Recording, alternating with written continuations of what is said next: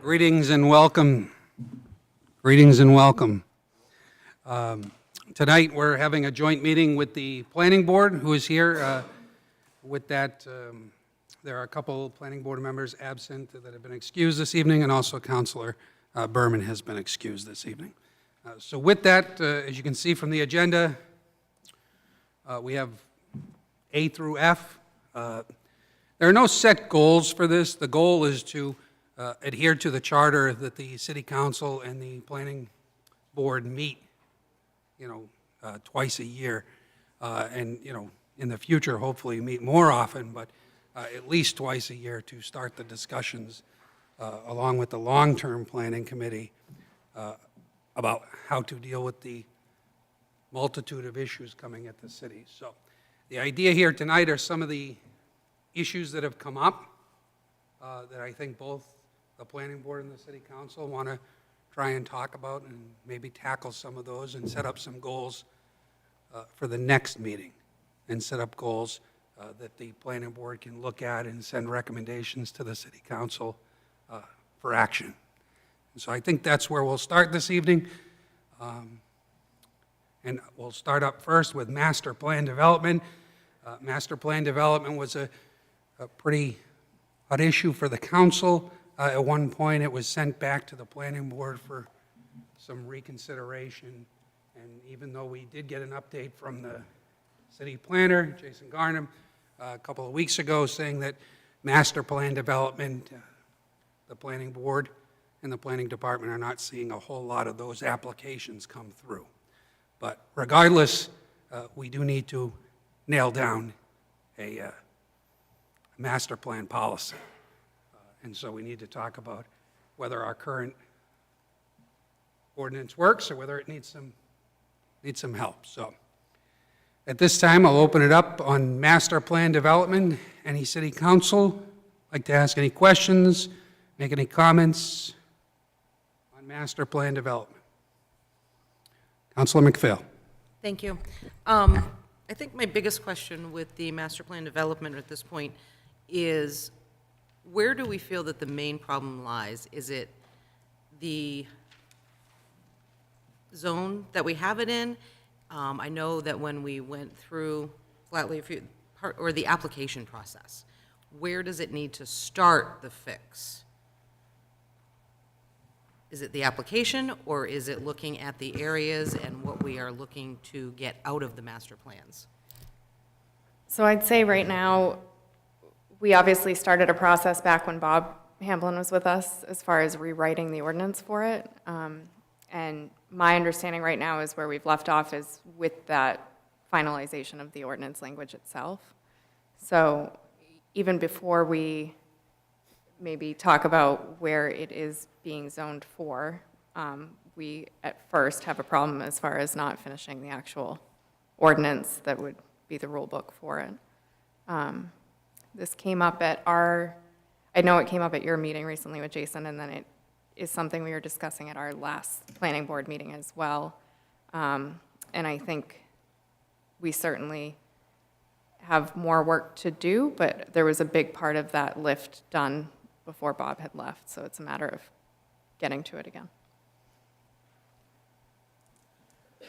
Any other questions, comments on master plan development from council? Councilor Gunn, then Councilor Hatch. Councilor Gunn. Thank you, Mr. Mayor. As a follow-up to that, have there's been any discussions in terms of just if and when a master plan is locked in to our zoning laws, though, in terms of what kind of requirements that would be there in terms of retail versus housing, that sort of thing, just informally, because obviously that's going to be really, the real meat of the entire thing is if we have it locked in, what's going to be the actual goal of developing that area, though, in terms of, housing versus an industry. Thank you. Thank you. I think that was something that the long-range planning committee and zoning ordinance revision committee talked about a lot, and I don't think there was ever a consensus on the final calculation for it. I certainly think we would love feedback from you all as far as what you would like to see there. And I don't know if Jason has anything further to add on where this stands and where the draft stands right now, but I do remember we were certainly talking a lot about the ratios of commercial and residential, and that changed over time. Any other board members want to weigh in too? And Matt? I guess just in terms of generalities, if you're talking about the general concept, first floor, Route 1 frontage would be commercial. Properties set back from Route 1 might not necessarily, and I'm talking Route 1 because we were generally talking about the Portland Road District being a focus since there's so much land. It wouldn't necessarily be limited to Portland Road, as I recall. But that's certainly part of, I think, the long-range plans. Councillor Hatch. Thank you, Mayor Doyle. And I know we're going to talk about some zoning amendment changes later in the meeting, but I just wanted to dovetail off Councillor Gunn's comment. I think that as not a council person or a planning board member, but trying to observe some of the issues of the ZORS process, I felt strongly that the effort around mixed use for master plan development and some designated allocation between commercial and residential was an optimum goal. Right.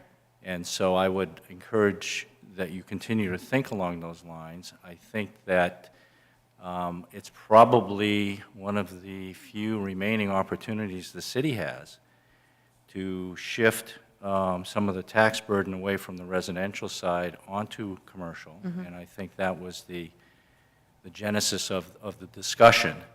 Now, you know, whatever the percentage is the percentage. You guys are capable of vetting that, but I think there needs to be some sort of allocation. And I recall in the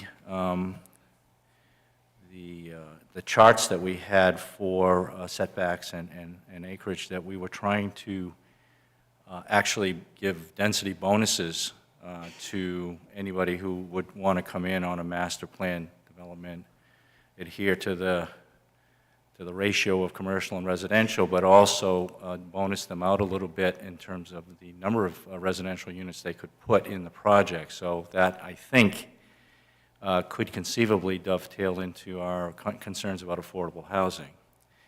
So there were a lot of really, really good things that were percolating before everything came to a standstill. And I get why it happened, and I'm not passing judgment on that. But I think to make an effort to sort of reacclimate and resurrect the previous discussion is a good starting point. And there are several of you that were on the committee, on the board when that was happening. There were some new faces here, so that reacclimation might be helpful to them as well. Thank you. Thank you. Any other councilors on master plan development? Any planning board members on master plan development? Any questions for the council? Discussion points? Yeah, if I could go back to Councilor McPhail's question, sort of a problem, and I don't know if I'd really call it a problem, but I think the biggest part to the master plan development is decision. And what the master plan development does is that it allows a little bit more flexibility on larger scale projects.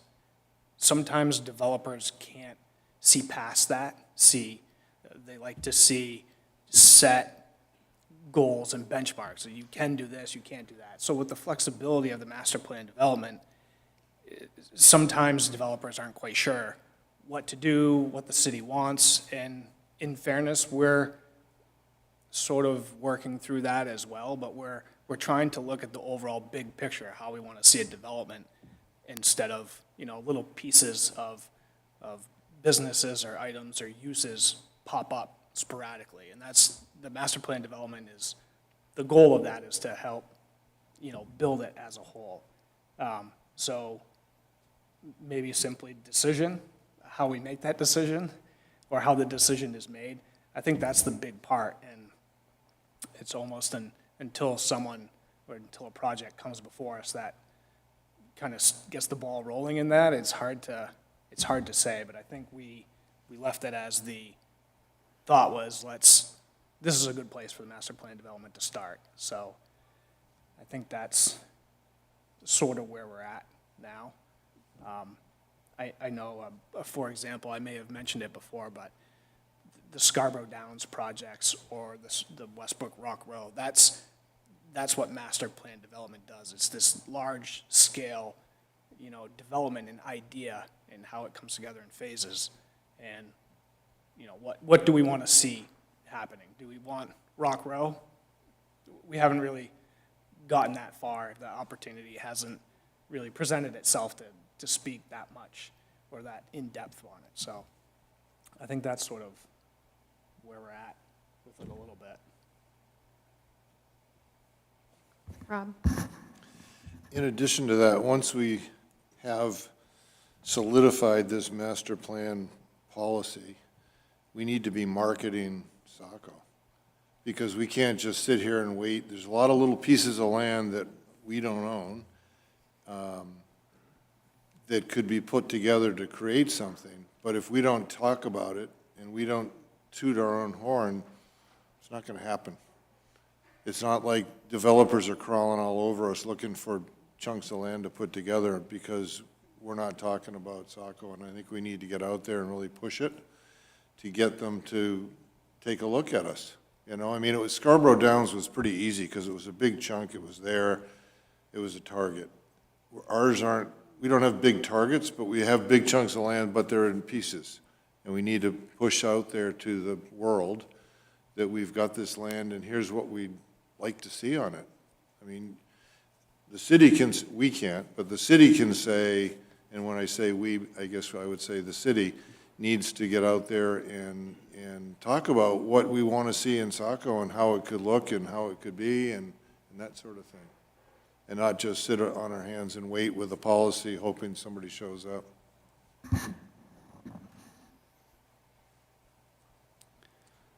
Any other discussion points on master plan development? Council Archer. Not a discussion point, but more of a question. Do we have an estimated time frame, and would the council itself would see this as an action item? Do we have an estimate or not at this time? Okay. At this time, I don't have an estimate for the council of when this could come forward. The planning board still needs to review the proposed ordinance changes that were previously put together, and then look at those and review those and make any alterations and then send it up to council, and we're not at that step. So anything else on a master plan? If not, we're going to move on to item B. Moving on to item B. Item B is affordable housing and housing affordable legislation, LD 2003. Any discussion on affordable housing? Affordable housing is an important problem not only facing Saco, but facing the state of Maine and facing, I think, a majority of states out there. And we just don't have the housing stock and housing that is affordable. As Councilor Johnston, myself, and councilors that have been on the council for a while have talked about, our friends and families can't move to Saco because housing is very expensive. So you're not seeing a lot of these starter homes for starter families or folks that are coming out of college and getting into the workforce.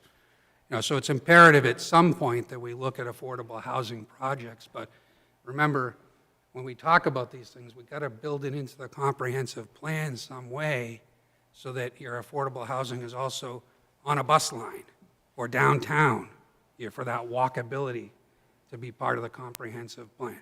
So if we look at affordable housing projects, we need to make sure that they're somewhat near the center of town for folks that don't always have access to their own transportation. So, affordable housing is important, and so let's talk about it. Councilors, planning board members, anyone. I'll open it up. We did have a planning, if you remember, we did have a project come forward. There were several issues with the project, but that developer, Biddeford Housing, has not gone away. They're still interested. That is a option that could be looked at, but that was down on Lincoln Street by Hill Street, or Irving Street, excuse me. So there is that parcel of land, but again, there are challenges with that parcel. But there are opportunities. Councilor Gunn, then Councilor McPhail, Councilor Gunn. Well, just as a practical question, sitting here as a council and as a planning board, though, would we be in a position to basically direct staff to enter into discussions with Biddeford Housing? I mean, because obviously, to, Mr. Biggs's point, though, we just simply can't wait and hope that someone's going to pop in and say, here's an idea, and, we just vote it up or down. We have to be proactive about these things, trying to get authorities and/or developers who are interested in this type of thing. So how do we practically go about pushing them towards us, aside from simply just altering our zoning or things of that nature? If there's 4 or 5 or more counselors that want to see something done, tell the city administrator, and he will start the process to move the ball in that direction, especially with affordable housing, because if you remember, you budgeted, during the budget process, you budgeted money for an affordable housing study. So if you want that to come to fruition, I believe it's incumbent upon telling the city administrator that that's a priority for you. Just as a follow-up, just so as a practical matter, basically to tell the city administrator or direct the city administrator, we are interested in you negotiating with outside entities, though, because obviously we can't just simply say here, bid for this or that. We just assume that the city administrator would be proactive and find a certain people, we're not going to name who we're looking for because we don't know who we're looking for. That's the practical problem. I think the idea would to be start with the study, to see what's options, That's see the what's question, out yes, there, yeah. and then that information can come back to council. Councilor, excuse me, City Administrator Kenrath, did you Yeah, have something? just real quick, on the property in question the mayor just mentioned, we did have some discussions with another party on that, and I don't remember all of the reasons why that wasn't suitable. But, then there was the Biddeford housing discussion. So this particular piece of property, I think, had some issues, if you remember. So anyway, we are always being proactive in trying to find, match people with potential properties and see if there's any opportunities there. But this particular one didn't pan out. Councilor Hatch, and then Councilor Johnston. Thank you, Mayor Doyle. It's interesting Councilor reading. Hatch, may I interrupt you? I You may. apologize. I need to go to Councilor McPhail thought because she that was was- before you. I want to keep my proper Roberts rules, so I apologize for interrupting. okay. Councilor McPhail. Thank you. Along the same line of Councilor Gunn's, I was going to make, when we were in the process of the long-range planning, we were provided a presentation on one of the nights that we were discussing housing. Zantec Company, and they are a developer that specializes in affordable, income-based housing. And I would love to have, I don't know how we would do it, be able to get a presentation to council, to the public, something. That is a company I would like to discuss and find options as well.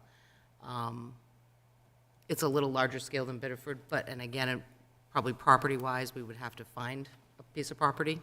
But again, I think it would be a good start to have them in the mix of some type of presentation to us and what they're able to offer and ideas. And again, they can generate what we're looking for, whether it be elderly affordable, whether it be, age, general. But they did do a presentation to long-range planning, and it's an excellent company, and I really believe in what they're doing. Thank you. Councilor Hatch, then Councilor Johnston. Thank you, Mayor Doyle, and my apologies to Councilor McPhail. The actual LD 2003 is a very interesting read. I've had to read it a couple times to figure out some of the stuff. But I think it's important for all of us to be aware, if we're not already aware, that this will take effect July of 2023, and we're going to be faced with some interesting zoning requirements. We're going to lose local control over some of the aspects of housing in our community. And a couple of the things I just want to bring forward for public knowledge is that, first, and I think it's really appropriate, there's a really clear definition of what affordable housing development is under that statute. Because we all know that affordable housing has a range of need. And the definition focuses in on, for rental units, 80% of local area median income, and spending no more than 30% of household income on rental costs. And if you're going to own a house, the definition is saying it's 120% of the local area median income and retention of the 30% test. And although I think that's a very noble definition, what's unclear to me in the legislation is how is this going to be monitored? Who's going to be keeping track of this? Because there's a further requirement that this affordable housing definition has to be sustained for at least 30 years. So the first thing that comes to my mind when I think of this is who, and clearly it's likely to be somebody internally here at the city, and so we're going to have budgetary and staffing issues to consider.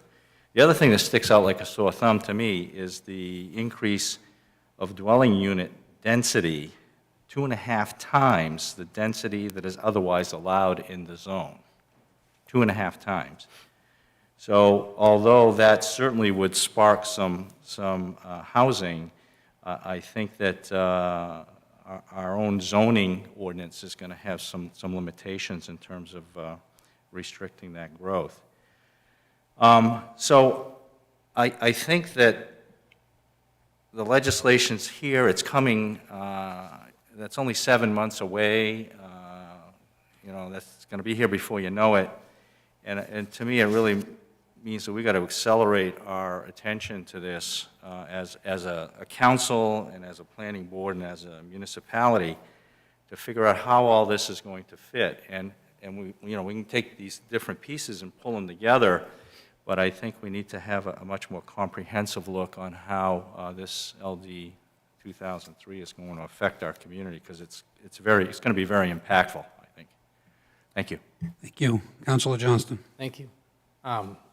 Yeah, along those same lines as Councilor Hatch and others, I think that this is definitely an important topic, and certainly not one we'll solve here tonight in one meeting. I have several ideas around this topic, but I think, as Councilor Hatch kind of pointed out, I think we need more of a comprehensive plan that hopefully, with that funding of that study, will kind of lead us down that path, along with, as Councilor McVeigh has suggested, perhaps having someone in housing give us a presentation, because, as I've said for a long time, I hear that term affordable housing and it means so much to so many different people. And oftentimes I have developers here and they say, oh, well, we're creating housing, therefore it's affordable and we need more housing. And it's like, well, as soon as the project's complete, I look at the pricing and I go, that's far from affordable to anybody I know, particularly in the rental markets. But back to Biddeford Housing, I just have a question. We did sell them 90 Temple Street, and to my knowledge, it hasn't moved forward at all. In fact, it's a rather derelict piece of property in my ward. Is there any advancement on that? I think the city administrator is going to have to reach out and ask the question and get back to you on that. There's been no update there. I actually thought the same thing just recently driving past it. And it doesn't look like there's been any work or progress done. So I can reach out and see if there's any update there, but we have not received any. It's just, again, I mean, I think that we all had good intentions with that. I mean, I think we sold it for $1,000, and if I had known it was going to sit there, as it has for the last 2 or 3 years, myself and perhaps others may have invested in it. So I think it's again, it's important that we are careful who we partner with too, without seeing actual action on these projects. Thank you. Thank you. Council Archer. Yes, thank you, Mr. Mayor. Just wanted to reflect back to Councilor Hatch's comments and Councilor McPhail's about Stantec. Stantec are the like, but I do believe we need to study, because I just ran some quick math. With the 80% AMI for renters, 120% AMI for homeowners, the AMI for Saco is 71,000. So if you're looking at that rate, the 30% rate, it pretty much comes out to $1,500 per household is what rent will need to be, and we're not there right now. We're a lot higher than that, and it's about $2,000 a month for a mortgage. If we bring in Stantec or another professional, is how do we get the market to adjust? Because market adjustments require significant investment. They require significant inputs in order to change. So if we bring in a Stantec or something like that, what is going to be the strategy to bring it down to those numbers? Because we're talking significant, adding significant housing stock in order to get it down. We have some realtors here. What is the approximate value of a home at $2,000 a month mortgage with insurance and taxes? That house doesn't exist in Saco. Okay, so yes, so we would need a significant strategy with significant. This is a state issue, is where I'm going with it, I guess. It's not a local issue. I can't see a solution just by running the numbers based on the 30% rate. 80% of AMI. So again, a family, that's how it's AMI, average median income for the family, is $56,000. That's two people making, what's that, $28,000? And 30% of that income should be going to it. So they can't afford anything higher. Again, this is towards the max, $1,500, and that's including electricities, utilities. I'm bringing back some of my old homeless expertise that I had when I worked with them to try to understand what is the affordable rent based on the state law, what they're saying for Saco, and understanding we're nowhere near that. And what would it take for these the credits, or I need to reread the law, it's been a while, a lot to it, but to be able for our developers to take this into consideration. So. I don't have the answer for No, you, of course Councilor not, I Archer. wasn't. But this, again, and this is why I said, let's talk with Stantec. How do we get to a strategy and to really, even if we got it to 1,600, that would be amazing. Like, I mean, and again, how do we do it with just the limitations that we as a city have? We're not main housing where we can easily just go fund an investor $100 million. We're a city, and it's a state issue because Southern Maine, all of our sister cities are in the same boat as us. So is it advocacy to the state, continued advocacy, or something to that nature? But we keep mentioning housing affordability, but we don't usually tell you how much that is, or what the law is kind of dictating it to be. So.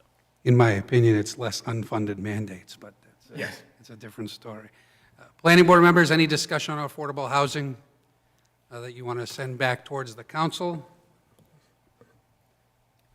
Just to comment on Councilor Archer's question, my understanding with using a company like Xanton is that they are income-based, and it is mixed throughout their developments. You may have a young professional who is paying full market, but then on the flip side, the same type of person who, just because they might have a lower-paying job, they will pay based on their income, not based on going current trends, any rentals of that sort. That is what they specialize in. It's not a developer coming in and just saying, okay, we're going to build these developments, and hey, this is what the market rate or affordable rentals in the area. It is solely based on their income. And again, you can mix and match it to either young, targeting young professionals, young families, to the elderly. But again, being income-based versus anything related outside sources. Thank you. Councilor Johnston. Thank you. Yeah, I was just going to agree with Councilor Archer. I mean, his evaluations are spot on there, and I would challenge anybody right now looking in the rental market to find a place under $2,000 in the city of Saco. And as I stated, for years I was told, oh, we'll add more housing stock. Well, all you have to do is look across the river in the city of Biddeford, who's added hundreds, if not thousands, of units recently, One being right across the river from me with the Saco Lowell buildings, and those rents are starting at 2,000 above for micro apartments. So again, as Councilor Archer stated, it really is at the state and federal level, and it's been something that's been neglected going back to the 1980s.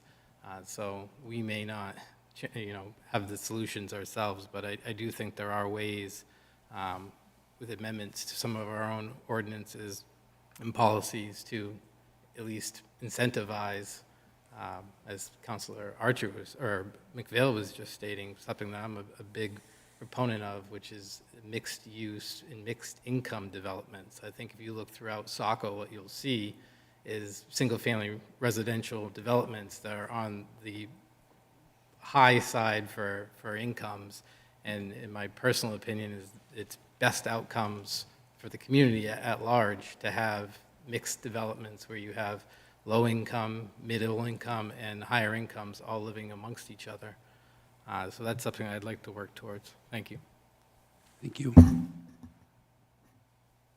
Any planning board members? Mr. Prescott? Yeah, first meeting. I'm going to jump in here. Thank you. To the council, so the way that the law is written, and my understanding of the way the law is written, is to take advantage of the density, the developer would be required to hit their pricing on those limits. So they would not be able to price the rent to achieve that density over $1,500 or price, to answer your question, Councilor Archer, a house over $360,000. That would be their cap. The risk coming, Councilor Hatch, 30-year commitment, inflation, value of the dollar changes, you never know how that's going to shift up, AMI changes in the city. So there is that governor on accessibility. From a risk standpoint, or Councilor Hatch, going back to your earlier comments, where we need to probably take a stronger look is post this going into action, the density requirements both for conversion of existing units, accessory dwellings, new development, will be allowed anywhere that multifamily housing is allowed in the community. And if you look at the map of Saco, we qualify the entire community. The entire city of Saco falls into the qualifications from a geographical perspective for this law. So that's where, if you're looking at how could it affect our neighbors, we don't have a lot of land for development potentially. The accessory dwelling pieces, the ability to convert existing dwellings, and there's a real strong language of how we are able to limit that as a city for things like our historic district and a variety of other things we're not taking into account in the way that this law was written. It's pretty wide-ranging in its applicability. So just to hit on a couple different topics, right? One, it will provide rents. The qualification process, I think, will be the challenge because you'll have to meet to qualify for that lower rent, which I realize it feels ridiculous saying that's a lower rent at $1,500 a month, but to qualify for it, you'd have to be able to have your income fall under that level and so on. So there is that governor for developers, but the larger awareness that I think we as a community need to be considering is the standards for applicability of where this can be leveraged are loose. And the restrictions on communities, once this is enacted, on trying to stop it are strong. So there's not a lot of room for us, once this is in play, to defend or renege or rethink how we want to address it. So there is that time clock for us to think about. I think one question that people are talking around here is, given construction costs right now, how is it affordable, even with density increases, for any developer to profitably build low-income housing? And I think the answer was implied that the money's got to come from somewhere else. I know for instance, Councilor McPhail's talking about the Zanton Company, they take advantage of the IRS's low-income housing tax credit program. And so they're, these are big dollars, big companies who are leveraging federal or state programs to either get the funding or sell the tax credits to investors. This is complicated stuff that we don't have to worry about that aspect of it, but developers, if they can educate themselves to what programs might be available to help them with the funding or help them with the tax credits, as Zanton, I know, has done with, for instance, Bessie Common in Scarborough is a low-income housing tax credit program. They renovated that building. Obviously, it cost a lot of money. It's quite affordable, and the IRS incentivizes that.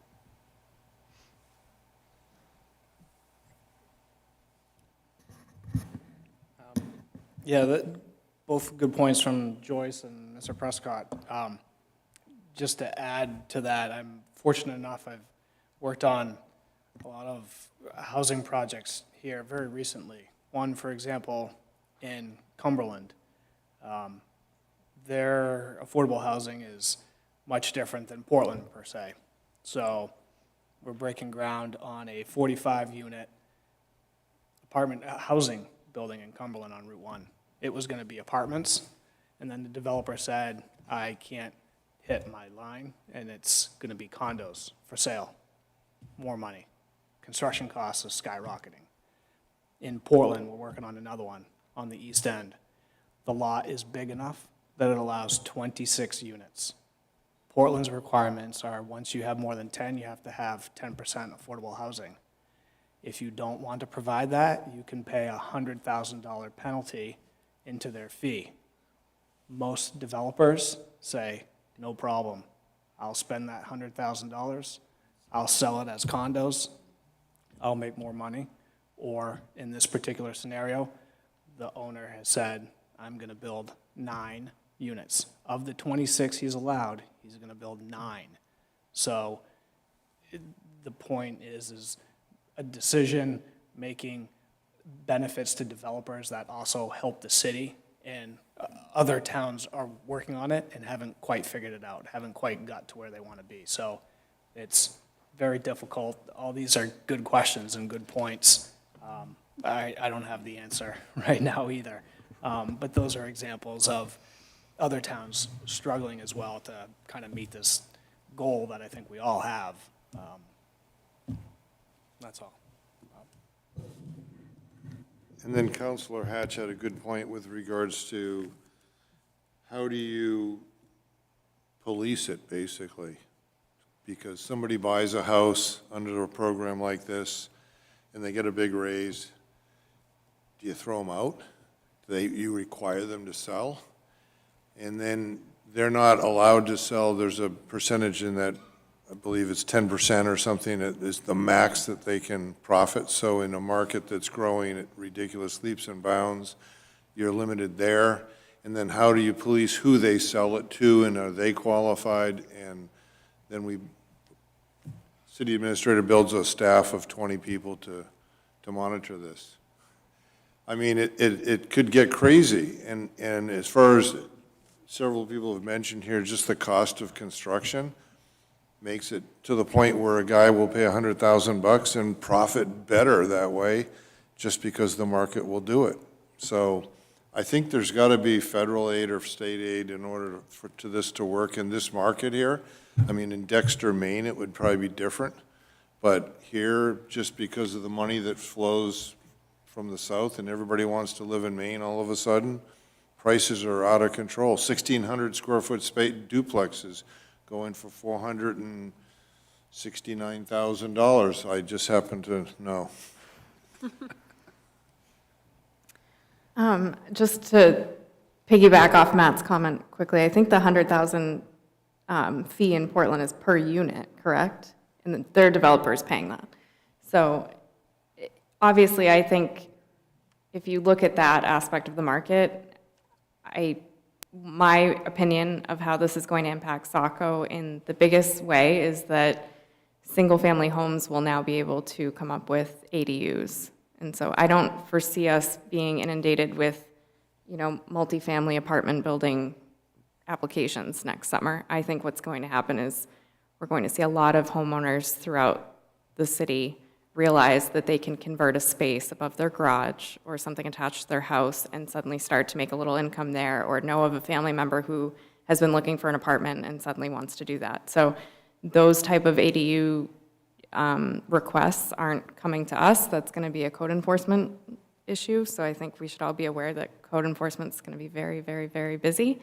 And probably we should be preparing for that to assist them. And one of the things that we did talk about at our last meeting is that we will have to make some revisions to Table 3-3 in the ordinance to accommodate these rule changes so that property owners and staff understand how to implement it. So I think between now and July, in my opinion, this should be our primary focus, especially, I agree master plan development is very important, and we left off, with that being a project that we still want to finish, but this is going to take a big lift between now and July. Not gonna lie, I have no idea what table 3-3 is yet. I'm 40 minutes into this. But one thing I do think is important, going to what Alyssa just shared on ADUs, is this law does also dictate parking requirements. And it supersedes any parking requirements that the city has in place above those, and limits that quite significantly to basically I believe it's like 3-unit, 2 spaces, basically. So if you have a single-family home, you add an ADU, you don't actually have to add an off-street parking space to add the ADU in. And that rule supersedes any local legislation. So we just, really have to understand that as well, because it will allow ADUs, going to Alyssa's point on above a garage or an unfinished attic or whatever, to exist in places where historically there may have been parameters in our zoning that would not have allowed for it. Councilor Archer, and then Councilor Hatch. Councilor Archer.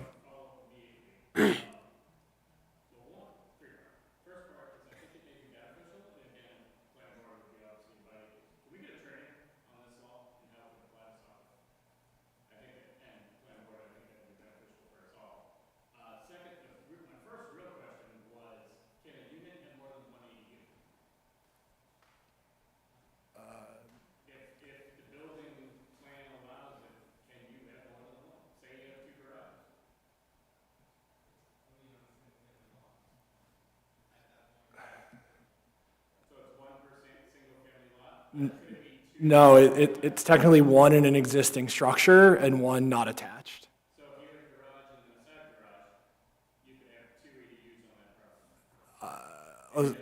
In theory, as long as the side garage is not attached to your house, then yes, you'd have an unattached ADU and an attached ADU.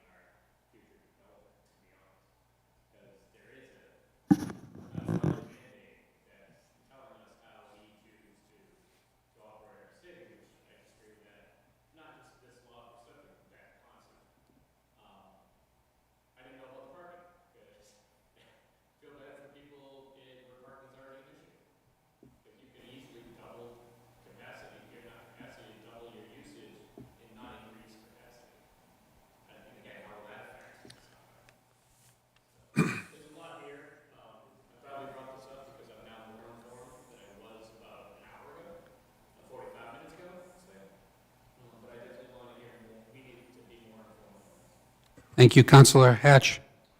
Thank you, Mayor Doyle. I just want to connect a few dots here, because I think, at least in my head, I think we're commingling all good stuff. I don't want to make it sound like it's a bad stuff. The ADUs have a place. I'm happy we have them. I think they are a tool to increase housing stock. There's no guarantee, unless we have a very generous owner of that ADU, that they're going to offer that unit up at the same parameters that the affordable housing component is. So we're building housing stock. That's a good thing, okay? We're doing that. But I want to connect dots over here with low-income housing tax credits. I've always maintained that if we are going to provide housing that is discounted, if you will, we need a public-private partnership.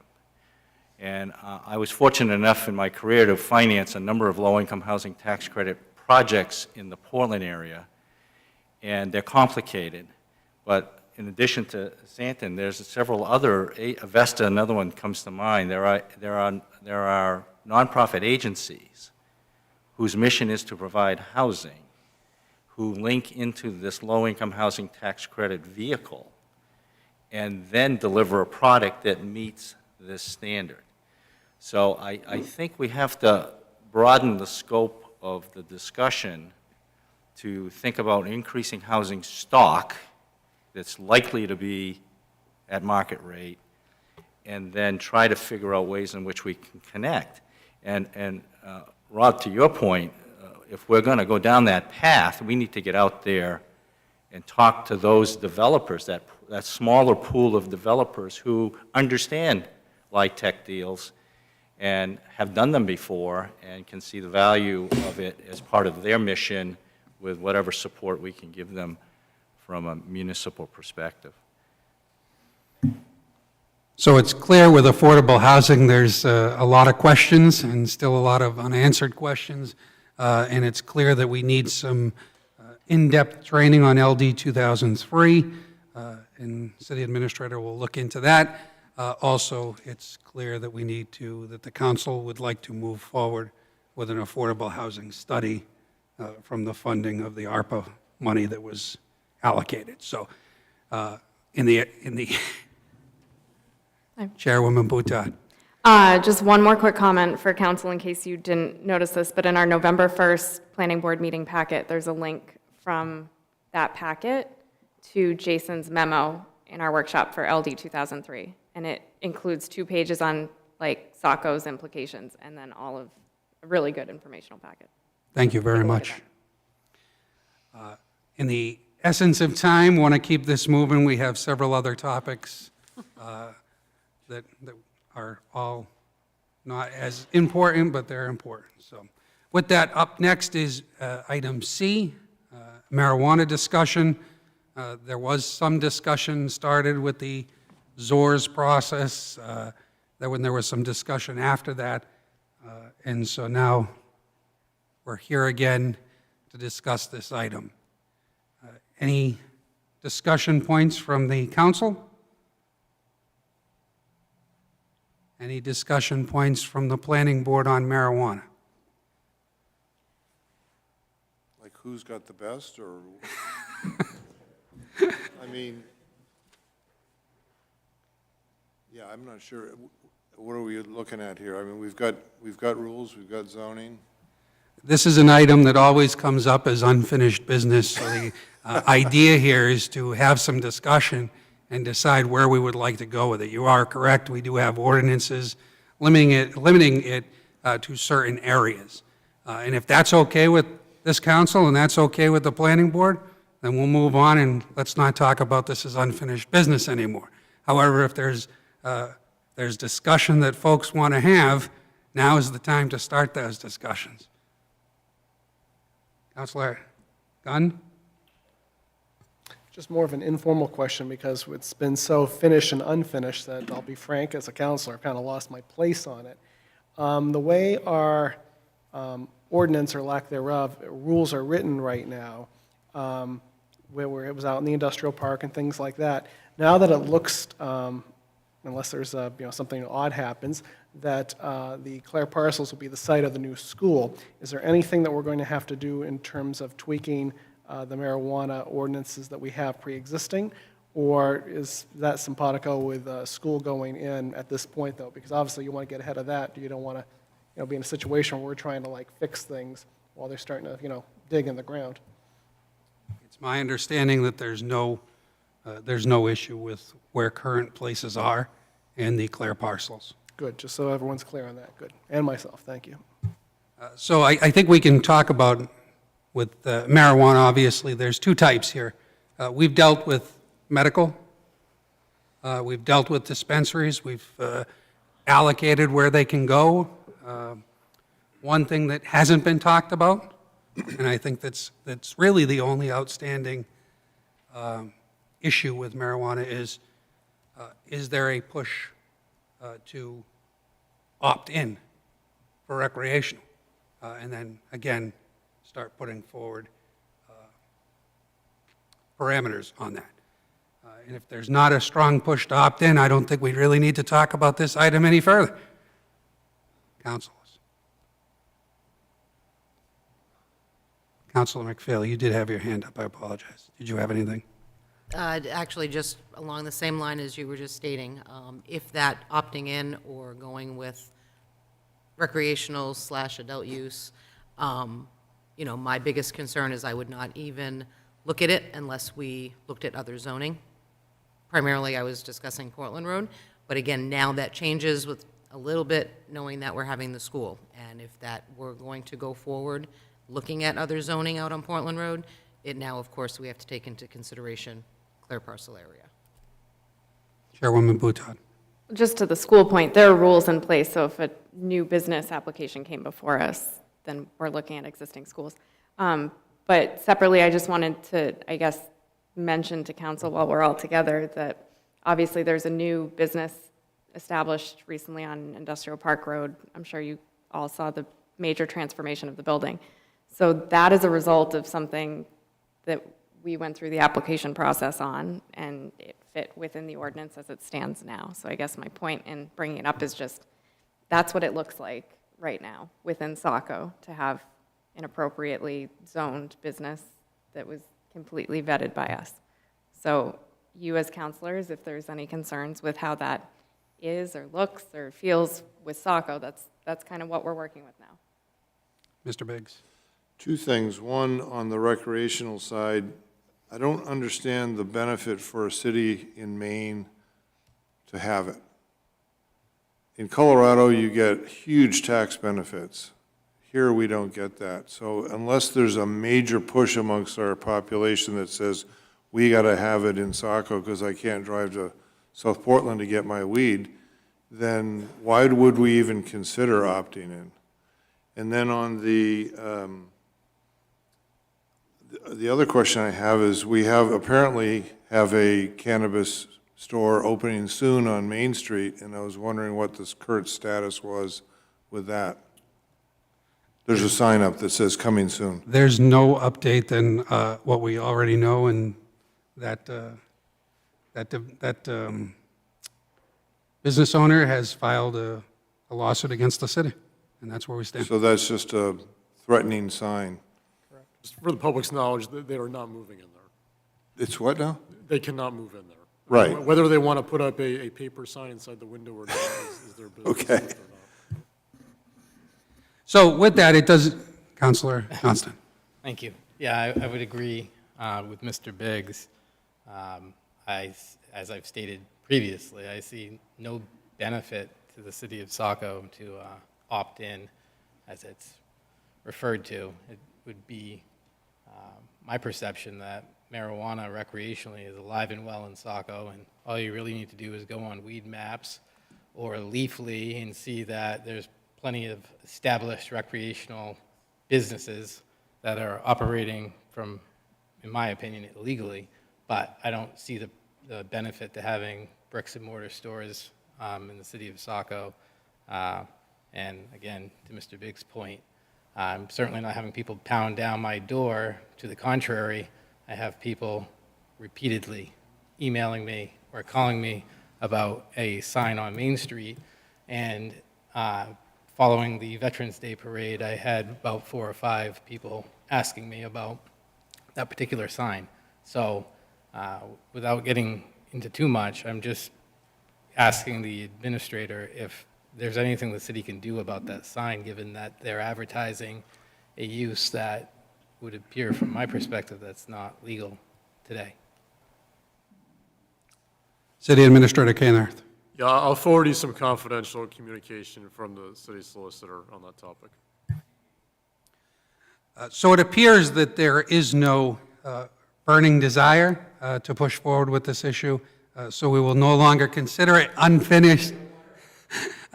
We will no longer consider it unfinished business, and this item will not be coming before the council anytime soon. So with that, moving on to item D. Item D was something that I asked to be on there. Several times it's come before council that these letters of credit are not acceptable or not, we get too far in the project and then the letter of credit is no longer meaningful to hold the developer to the standards that we expect. So Planner Garnham has some great experience from where he previously was, and the idea is to make it so that developers, and this is not a policy direction, this is a question for the council, really, to start discussion in the planning board of, do we want to do something different than letters of credit? Do we want to hold more money with projects and less giving back at different development points? And that way you're holding more of the developer's finances so that they can't just up and leave. And the problem that came to mind quickly for me is Trailside Circle.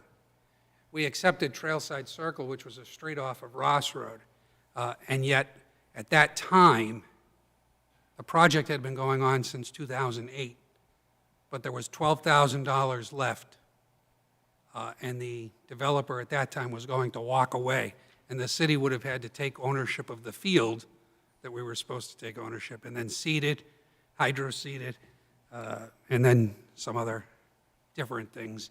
And the money that it would have cost the city to do all the projects on it was more than the $12,000 we had left out of the project. So in order to stop issues like that and issues that have come before this council, we need to start having the discussion. Do we want to not penalize developers, but do we want to make something a little bit more solid than just a letter of credit? So again, that's a discussion point, and I open it up. Councilor Archer, Councilor Gunn. Yes, I'm glad you brought this up, because I've always seen a letter of credit as kind of a useless piece of paper. The way I see it is it's just telling, initially the planning board sees it before we ever see it. It's just saying that a bank has said, oh, we've got enough capital to start this. Today, exactly, to start this project. However, I don't see the letter of credit being needed unless that developer was to go broke, which then that letter of credit would not be applicable because it would be rescinded. So I'm more of the escrow approach with a milestone payback. So if a project was to be decided at 50 grand, you meet milestone 1, the city releases 10. Meet milestone 2, releases 15. Meets milestone 3, you release the rest. And again, that escrow account should not be punitive. It should be to hold whatever the agreements that are set between a developer and the city.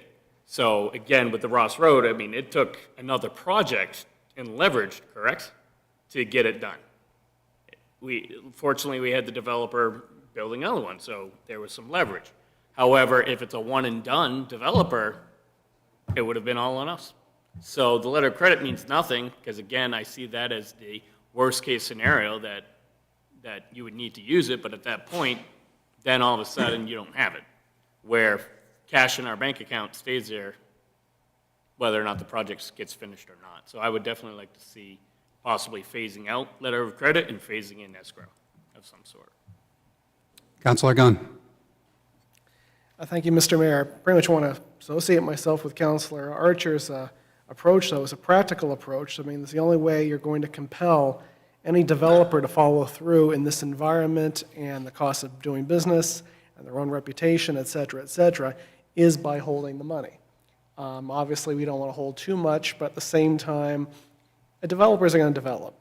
And if they approach the city and we have a stringent program in place to ensure that they can't walk, I like to think honest and developers that are good for the city of Saco would see us as basically honest brokers and also realistic brokers, that we're not saps that can be taken advantage of, because if we're going to have new development, whether it's part of LD 2003 or just in general, the days of developers, and it's not widespread, but it has happened in the past, developers basically just throwing their hands up and saying, hey, you know, I did my best, it's not my problem anymore, needs to be over. Because if we're going to have development in any form that's compelled by the state now, we need to take advantage of any rules that we have to get the best outcome for the city. Otherwise, we're just going to have, unfinished projects, though, and we're not going to meet our housing mandate, and we're not going to,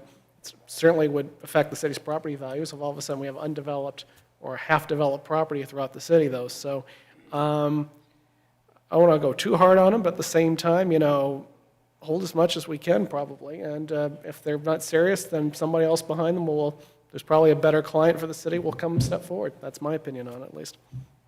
Thank you. Councilor Johnston, then Councilor Hatch. Councilor Johnston. Thank you. Yeah, this is always an interesting topic and one I tend to be passionate about.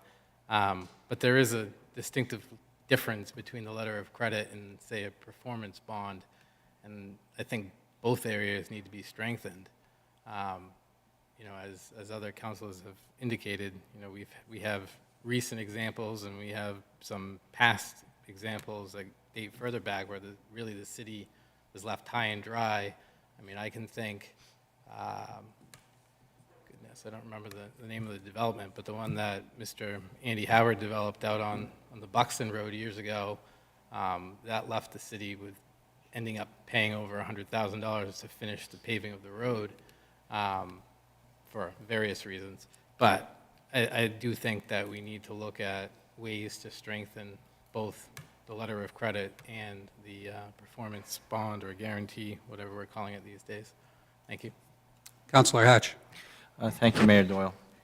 I'm a little fuzzy on listening to the discussion here, but there are some distinct differences between what I would call a letter of credit worthiness, which I think is typically secured at the beginning of an application process, and an actual standby letter of credit, which is a legal negotiable contract. And if that standby letter of credit is properly written by the bank and accepted by the municipality, which would imply that legal counsel would review it, that is a legal negotiable instrument, so that if the developer does fail, it's got the same strength as a performance bond. You go to the bank, you submit the letter of credit to the bank, and the bank will fund that letter of credit to the municipality. So I don't know what's breaking down in the context of letter of credit in our processes.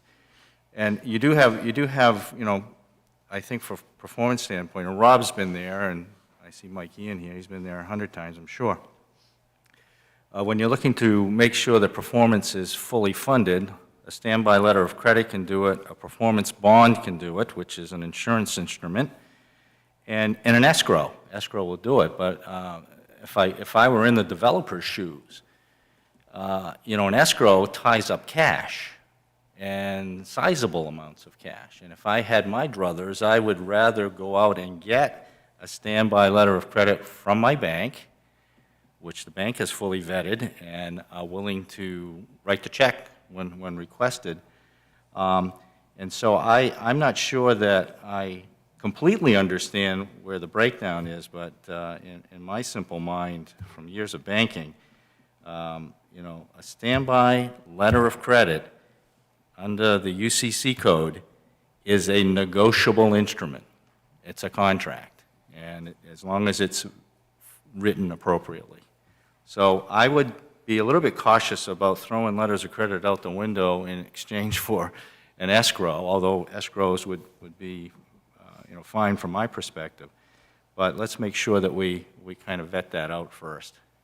City Planner Garnham, can you come up?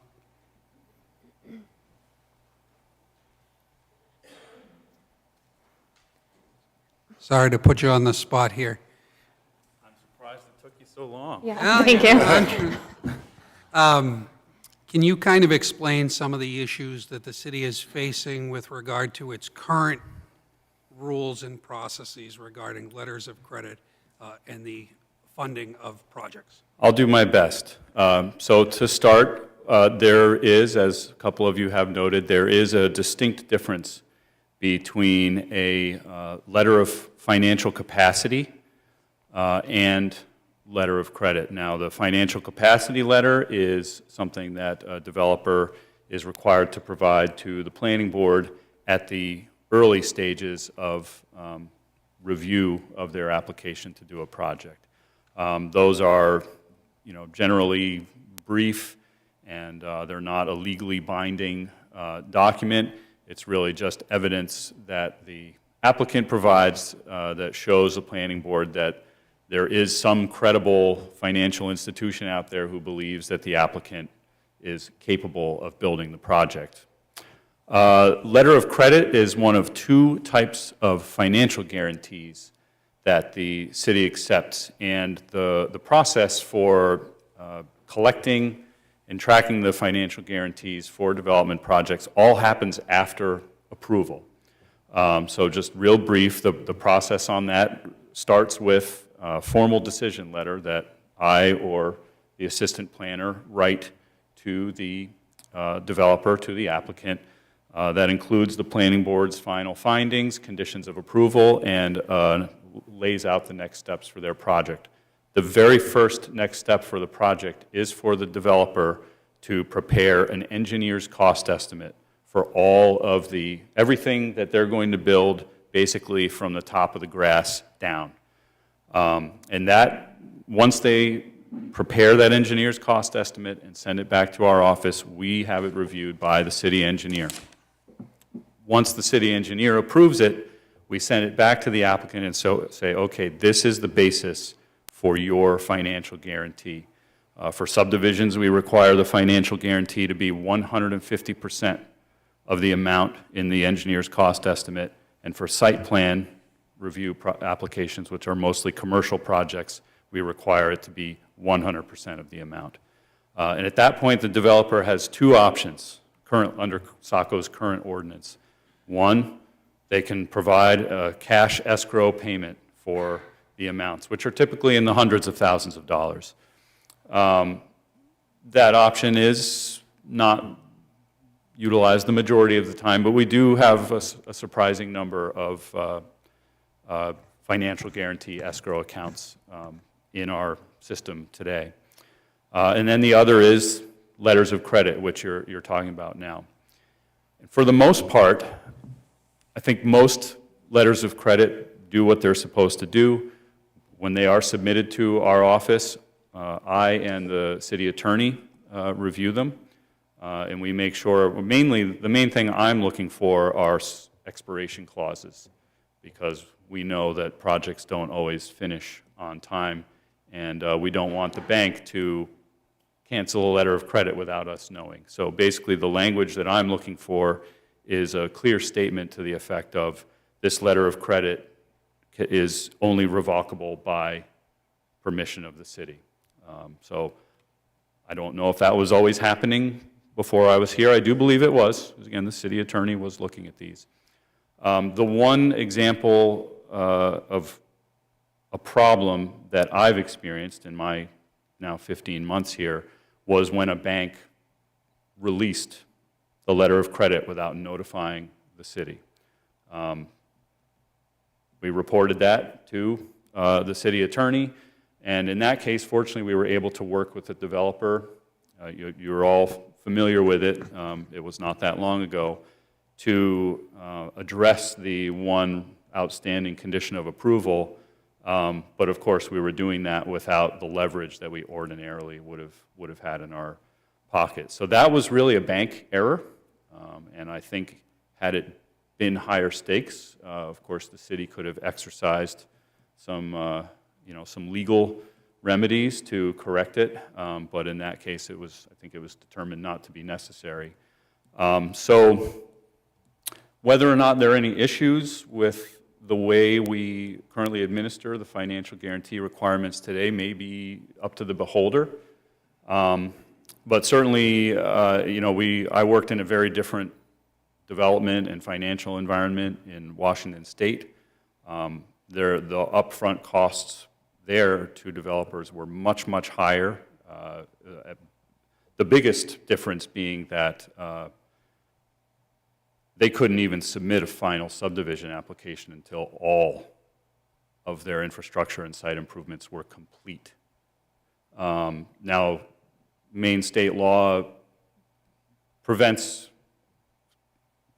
municipalities in Maine from doing that because basically the applicant has 6 months from the date of preliminary subdivision of approval to submit their final subdivision application. So we can't possibly require something like that here. But anyway, so this isn't about me. I'll stop talking now, but now that I'm here, you're welcome to ask me any questions.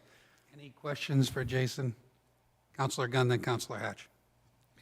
Thank you, Mr. Mayor. Jason, to follow up on Councilor Hatch's comments, because obviously, as I said, holding a lot of escrow does make sense in terms of, going kind of a hard approach to it, though. But at the same time, to his point, you don't want to, tie up that many liquid assets, though, with that type of thing. So is in your judgment, where the city has been the last 15, 20 years when it comes to these letters of credit, is there any actions that you would recommend, if you had just based on your own knowledge, that we could take practically to tighten up the letter of credit process as it stands right now, aside from general stuff? Is there anything like that we're missing that always bites us, though, that in your judgment you see? I do think the ordinance currently allows applicants to request a certain number of releases.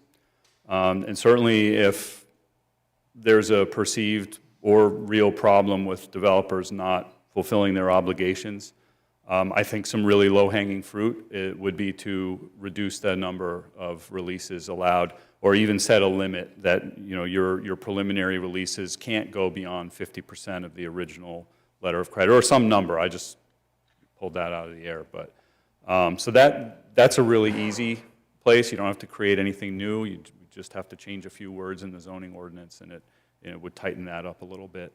A lot of the rest of it is really just its administration, its inspections, making sure the developers are staying on track timing-wise. These are things that are really difficult to do. We don't have a lot of control over when contractors are available or when asphalt plants are operating and so on. So that's just off the cuff. That's the first idea I have. We might be able to come up with others, but. Councilor Hatch. Thank you, Mayor Doyle. I appreciate the explanation. Second time I've heard it today, but it's a good one. I listened to you, and I'm perfectly comfortable with what you've just described, because I think it gets me back to where letters of credit should be. And if I understood you correctly, that one exception that you're aware of was really a bank error. It had nothing to do with us. Yeah, the bank went against the terms of the letter. So that's a real problem for them, because this is a negotiable instrument, it's a contract, so. And it says very clearly, the letter, the funds cannot be released. It is only revocable by permission from the Beautiful. From the city. So you continue to adhere to that consistent language. I really don't expect that we're going to have much of a problem, but you also have the final leverage. It's called a certificate of occupancy. Is that correct? That's correct. So in the worst-case scenario, you got something. Okay. Planning Board. Yeah, I think Jason here explained it very well, and I think to Councilor Hatch's point before is the monies, the cost, right? So that's, we know time is money. In other municipalities that I have the opportunity to work in there's one, and they do not release the letter of credit or performance guarantee unless the project is 100% complete, without exception. So developers and contractors get it done right the first time, so they can get their money back. They don't like it, but they're still building in this other municipality, and it seems like a hurdle at first, but it works, and that all the developers know, contractors know. There's no back and forth or haggling, can I do this? And I know Jason mentioned some of the releases, but they hold 100% of it until it's 100% complete and done. That would definitely limit the number of releases that we do.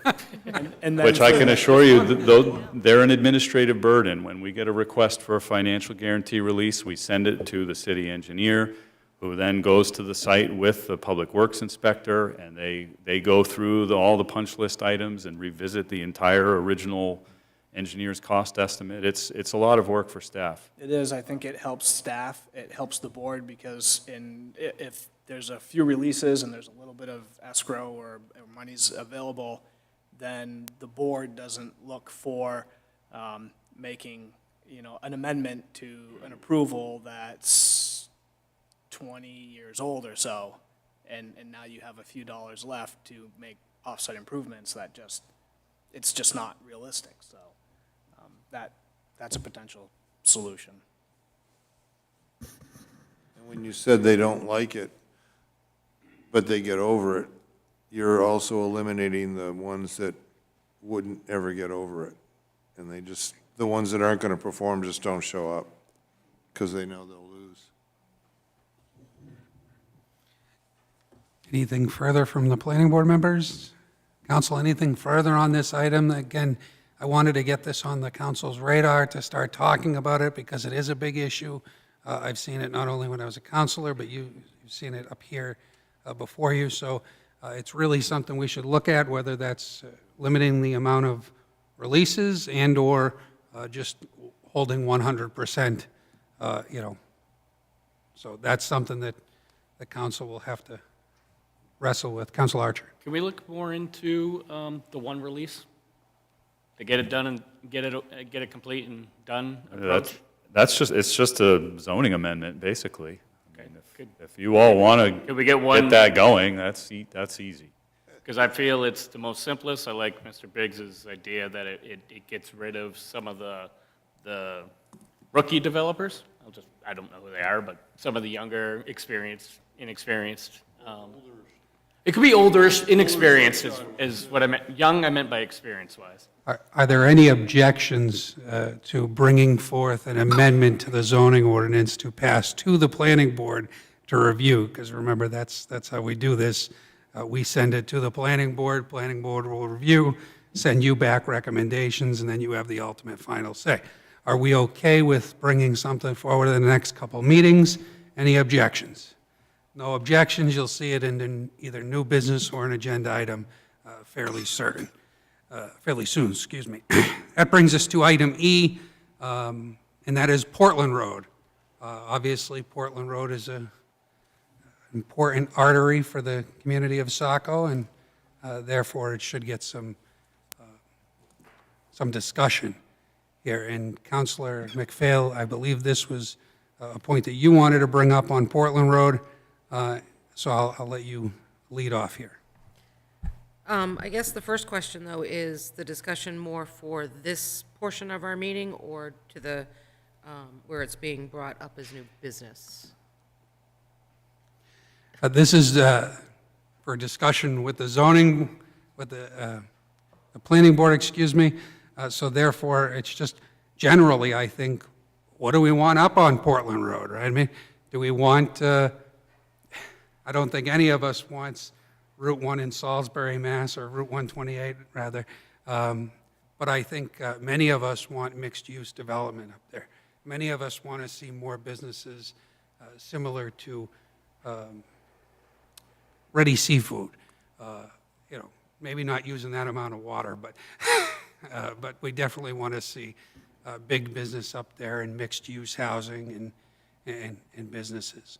So I think, and I think generally we're zoned for that.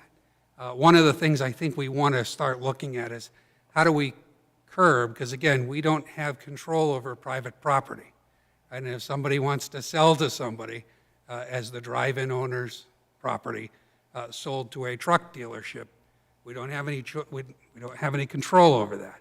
But do we want to talk about what goes up there? Do we want to see more storage facilities lining Route 1? Do we want to see more car dealerships lining Route 1? And so we may have to start looking at those issues, and that's what I think generally it's on here for, just discussion about what do we want to see out of Portland Road? Along that line with the question, and actually, where we have our new wonderful economic development director, that would be a question that I wanted to ask or discuss with you is, Mayor Doyle's correct, is a lot of those properties are privately owned.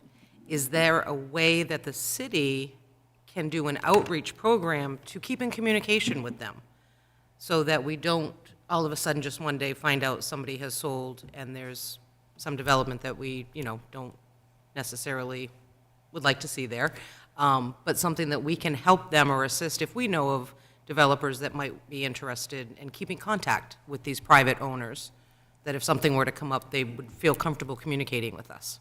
So the Economic Development Commission did start a project to outreach to our current businesses in the community, but I'm not sure how far they got in that process with the commission.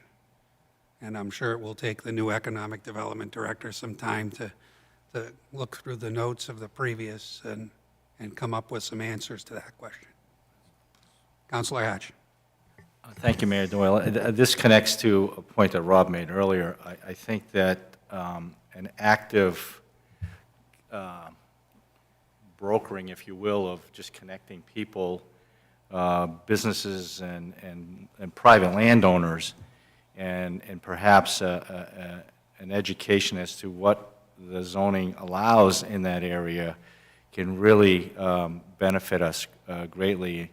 We've had pieces of land in that area that the city has owned. We've gone out with RFPs, and that's pretty much been, as far as I can tell, the extent of it. But to be able to actually connect private landowners with businesses who are interested, and then you just kind of get out of the way and be there for them in terms of exploring opportunities through the zoning ordinance, I think would be time really well spent.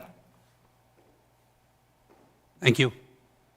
Any further discussion from the Councilor Johnston? Thank you. Yeah, I guess my comments kind of tie into the other item on the agenda, but at least from my perspective, and perhaps others, I think most of us are probably not necessarily liking the pattern of development we're seeing currently. I know going through the ZORS process, I felt at the time that that zone was way too big. We took several zones that allowed a variety of uses that, from my opinion, were conflicting with some of the other uses we wanted to see developed, and I still remain here today looking at that zone. As was just mentioned, we now have a entertainment, or a former entertainment attraction with the drive-in that has been purchased and will now be a tractor-trailer depot, for lack of a better word.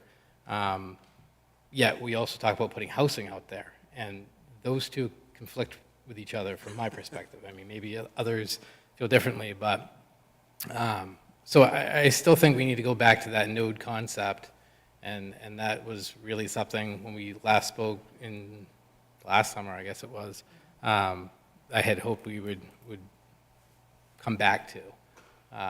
Because again, I've watched more lots sell recently, storage facilities, and again, I'm not disparaging any of the businesses, but when we sit here and we talk about this large tracts of land that's really some of the last developable land along Route 1, I think if we want to see things like mixed development with foods and multifamily housing, which I think from the conversations I've had with all of you, that sounds like what we want, yet then we have an RV place take up a large tract of land, and from the proposal I've seen, it's all asphalt, not something that really is consistent with many of our other goals in the city. So I think that, you know, we all have these topics, whether it be master plan, and I look at them and they all kind of tie into each other, but I still think that this is really the big one, because as we've seen over the last 2 years since the zoning ordinance has gone in, this land just keeps getting bought up, and it's not anything that I think we really want. So I think that we should come back to that node concept and really decide what it is we want as a community out there, because otherwise we're just going to get what we continue to get. So that's kind of my feeling on that. Thank you. Thank you. Planning board members? Mr. Biggs? Yeah, there's a piece coming before you tonight regarding amendments to the permitted and conditional uses in the Portland Road zoning.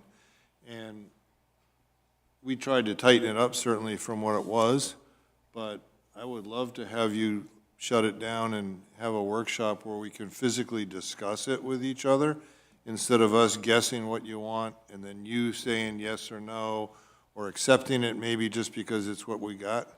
But I'd rather sit in a position where we could discuss it and actually say, let's, you know, we've got enough self-storage units to store everything we got. Let's stop that and take it off the list. We can do that. And we don't have to be nice to everybody. And we can just say, we only want these 7 businesses. If you wanted to, you can do what you want. But I think that the list is extensive, but at the same time, it was tightened up, but it could be further tightened, I think, with good discussion and see what the desires of everybody. I mean, we've got counselors that it's in their ward, and what do they want to see, and so on. But equally, what does every other counselor that represents citizens of Saco want to see there? For me, I'll just go on the record. I would like to see something like Rock Row or what they're doing up at Scarborough Downs out on Route 1, because it is a mixture of housing and businesses. And I think that's what fits in our community. It fits with our comprehensive plan long-term. But with that, with the patchwork quilt we've got of owners at that area, it's going to take some work on the city's part, our part, to get those folks talking the same direction and find somebody that wants to do something good there. And it's not just, let's hope it works out. Because when you say hope it works out, we get a lot of self-storage units and tractor-trailer truck depots. I would just add that if you look at Park North, that contract zone, that was the original concept. And what happened was the developer kept coming back asking for additional uses. And now I look out there, and if I was one that had purchased a home out there, I'd be kind of concerned that now I have a military automotive retrofit location going right behind my house. There's other businesses, tradesmen, contractors that are conflicting with those types of uses. So again, I maintain, as Mr. Biggs just said, we need to figure out exactly what we want, figure out the zones or the nodes that we want them in, and then encourage that growth into those areas, because otherwise, landowner's just going to sell it to the highest bidder, and we get what we get, and that's the pattern that we've seen over the last 20 years out there. Thank you. So it seems like the next meeting of this group will be talking about more in-depthly Portland Road and Portland Road node, and start talking about uses, permitted and conditional. That will be a topic of discussion for our next meeting.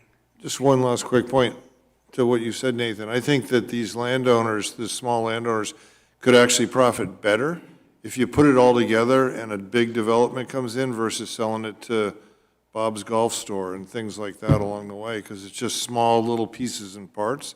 But as a collective group, it would be a much more valuable piece of land. Matt, you've had your hand up. I apologize.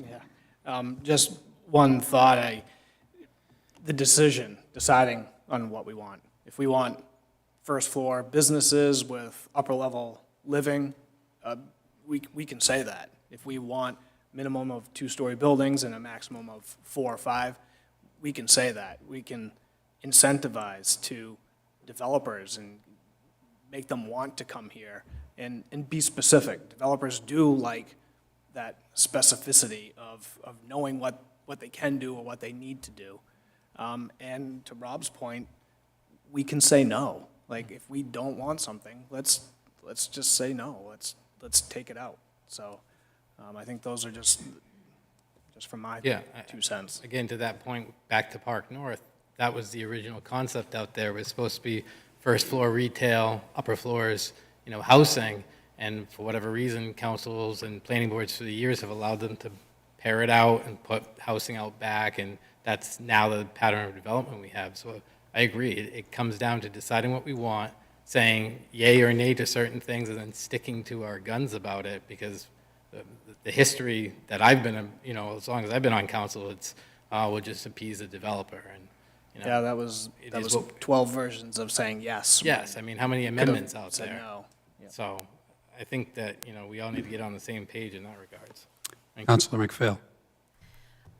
Is this something that we can bring in earlier than our next meeting, which would traditionally be 5-6 months away? Because, again, this is all tying into other things that we have on here. The affordable housing master plan, it will all tie in together. So either can we consider it an extra meeting or a workshop night, or? We can set something up in January. Because I, for one, would like to get that, pretty much on the table fairly early, if everybody else is in agreement. Planning board, can you meet in January?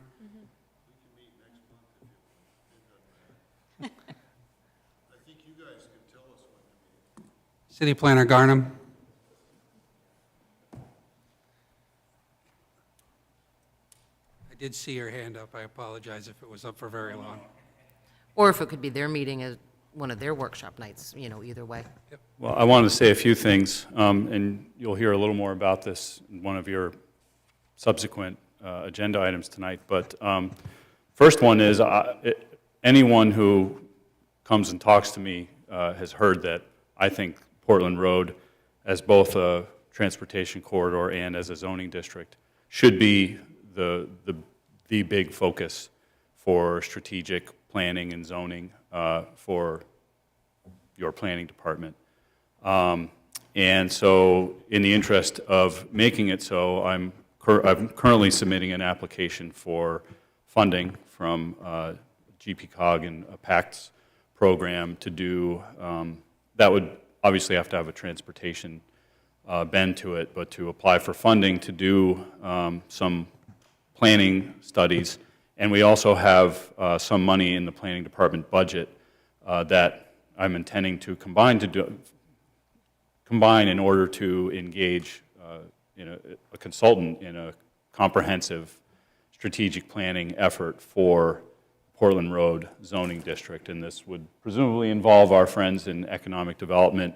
But what I had in mind is to talk to property owners, talk to real estate professionals about market forecast, really integrate the various other plans, whether it's Route 1 transportation plans from the state or the neighboring communities, to figure out what's feasible, what's possible, work with long-range planning committee, the planning board, to get that visioning right, and then come up with some real recommendations for both zoning and permitting, but then also economic development programming, and even potentially infrastructure tweaks or design guidelines for future development.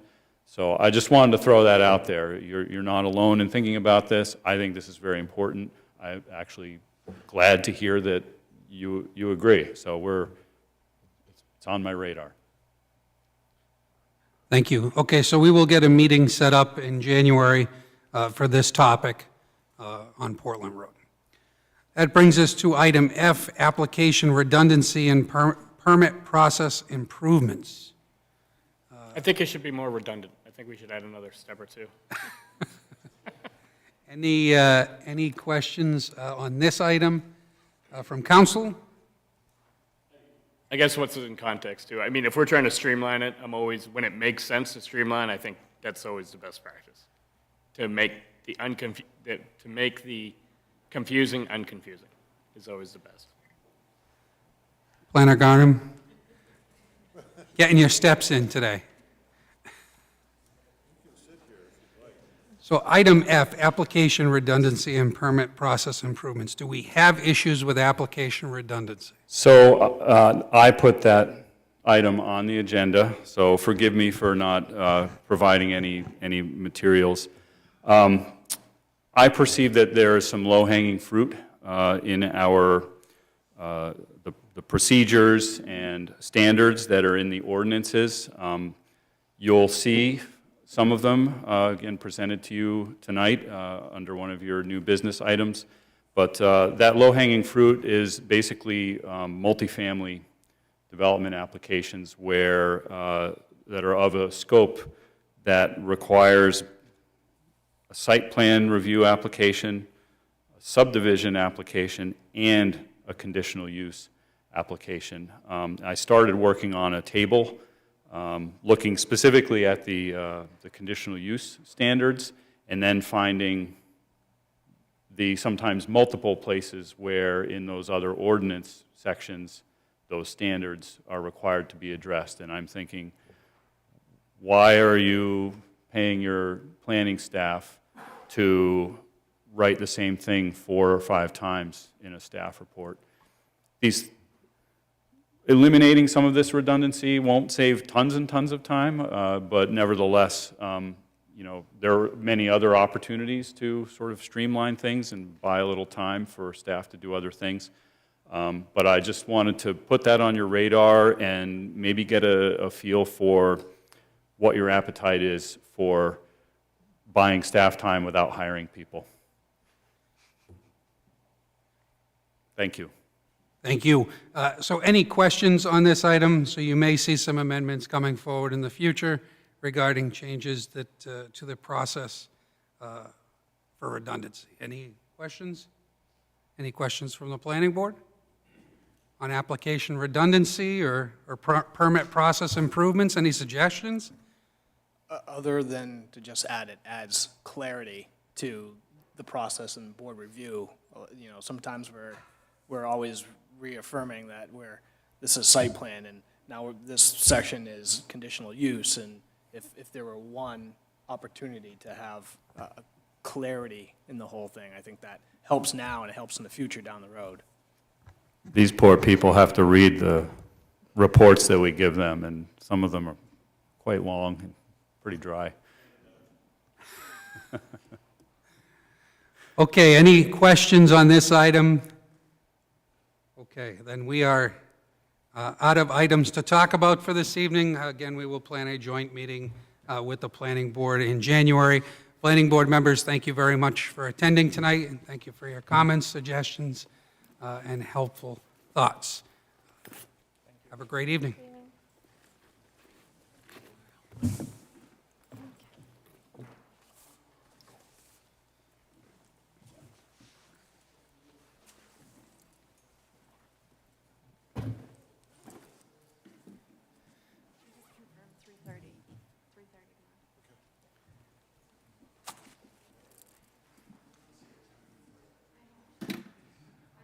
Okay, we're going to call the meeting of the City Council to order at 8:10 p.m. Let the record reflect that Councilor Berman has been excused this evening, and I'd like to invite everybody to join us in the Pledge of Allegiance.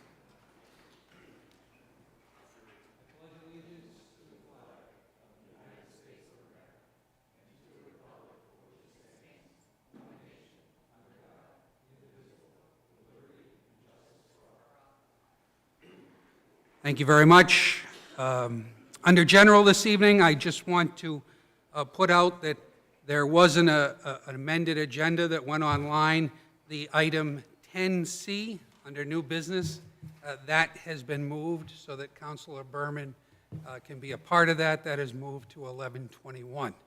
So that will be next Monday night, the paper streets discussion. And that was the executive assistant did put out a update to the agenda, just so everyone's clear in case they have an old agenda. With that, I would also, under general, like to congratulate Thornton Academy in their win this past weekend and wish them good luck on to the Class A championships this coming Saturday up at Fitzpatrick Stadium. And that is a chase for the gold ball. So congratulations to them and good luck. That is all the general items that I have this evening, so we will move on to item 5, committee correspondence to council. Any committee correspondence at this time? Seeing no committee correspondence. Councilor Gunn. Thank you, Mr. Mayor. I just wanted to remind the public that here on Thursday night, I don't have the time in front of me, I think it's either 6 or 6:30, it'll be up on the website, will be the meeting for the Camp Ellis Resiliency Study that we've invited, and of course, people who live in the Camp Ellis neighborhood, this is the Historic Preservation Commission, to basically discuss options perhaps for helping preserve that neighborhood's historic integrity going forward in this era of climate change and increased sea levels and that sort of thing. And it's just going to be an informational session, and we're going to invite public comment, though, because we're just basically here to put the information out there and see where the neighborhood wants to go from there. And I expect it to be an open and free-range conversation, and it's going to be the first of 2, because in the spring, we'll have another one when some more seasonal folks are here, though, but we want to make sure that we had some buy-in and some input from the all-year residents, because they're the ones that have to live in that neighborhood all year round. And I think what they have to say, or their opinions, are very prudent to what help that HPC and the city, not to mention the state and federal monies, can go to help those people preserve those properties in the years going forward. Thank you. Thank you. Any further committee correspondence? Moving on to item 6, public comment. If on the sign-in sheet, we have Kelly Archer. Please come forward. Please state your name and address into the microphone.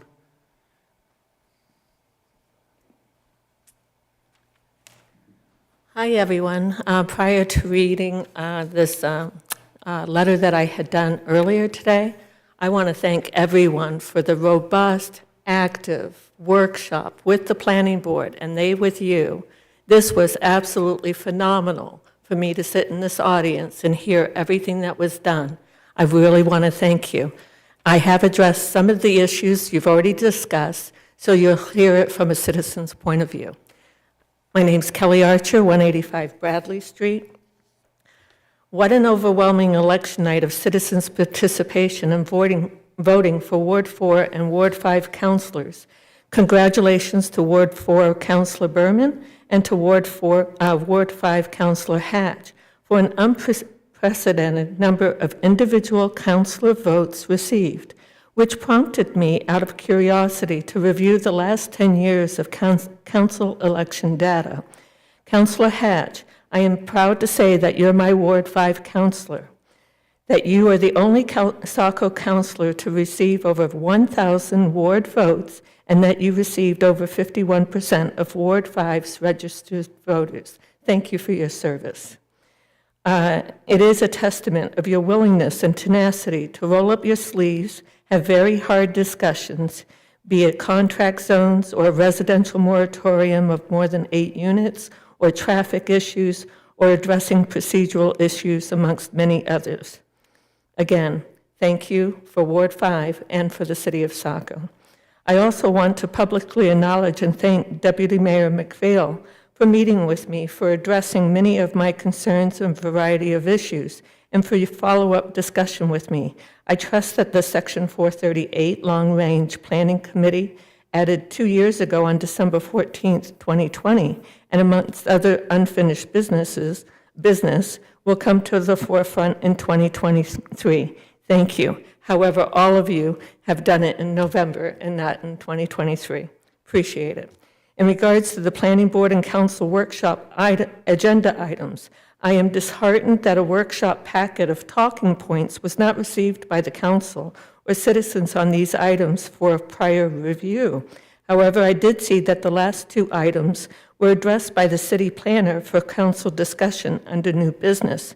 Thank you, Mr. Garnham, for your item commentaries. It helped me understand those two workshop items more clearly. Regarding the master plan council discussion, the Zores Planning Board Portland Road District intent was 70% commercial and 30% residential from the outstart, and discussed the nodes versus the whole district. I'm glad you're considering the nodes. Where is that language that is in the packet? Where are the municipal services and impacts language? Why is it missing? Also, please be concerned with some changes in conditional to permitted uses. This is why I'm grateful that Deputy Mayor McPhail, as an LRPC appointee, is seeking an active, robust, and effective LRPC to also be in place to address these concerns, as well as addressing the many subsequent amendments already on the books and needing minimal revisions. Other questions or concern I have at present are, with an affordable housing LD 2003 deadline of July 1st, 2023, how is the city and our LRPC or planning department addressing the requirements and enforcement of this bill? When will this be scheduled for a review? Talk about redundancy, right? Lastly, Mr. Mayor, in your 2019 mayoral goals and vision of full transparency and citizen engagement interview with the Courier, you mentioned that you wanted the council televised and that you'd like other committee meetings made available for streaming on the city website. With the additional IT hire and ARPA IT funding earlier this year, at what point will, at the very least, the planning board, who meet in council chambers, be televised, especially at this critical time of development within the city? And then City Administrator Kainrath, is there anything possible holding this up to make it happen? And can you make this mayoral goal happen, starting with the planning board?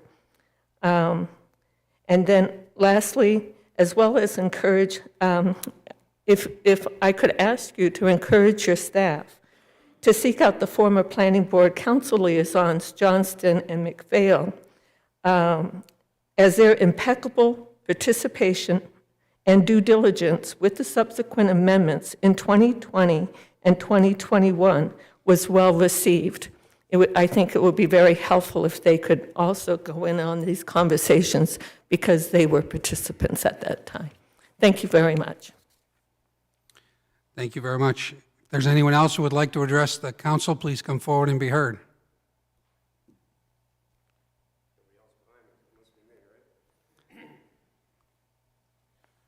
Thank you. Good evening. It's been a long day, and it's a long evening for you people, and I appreciate all you do for the city. I just need a little bit of clarification. As you probably all know, I'm Mikey Young. Live over on a Boom Road, have for the upper end for 20 years and the lower end for the last 15, so a long time. Been involved in the Economic Development Commission, Long Range Planning Commission Committee, which is yet to meet but once, I believe, and various other activities in Biddeford and Saco. I followed everything that sort of went on tonight, but I still have a little bit of confusion in my mind, and I just want to get it clear.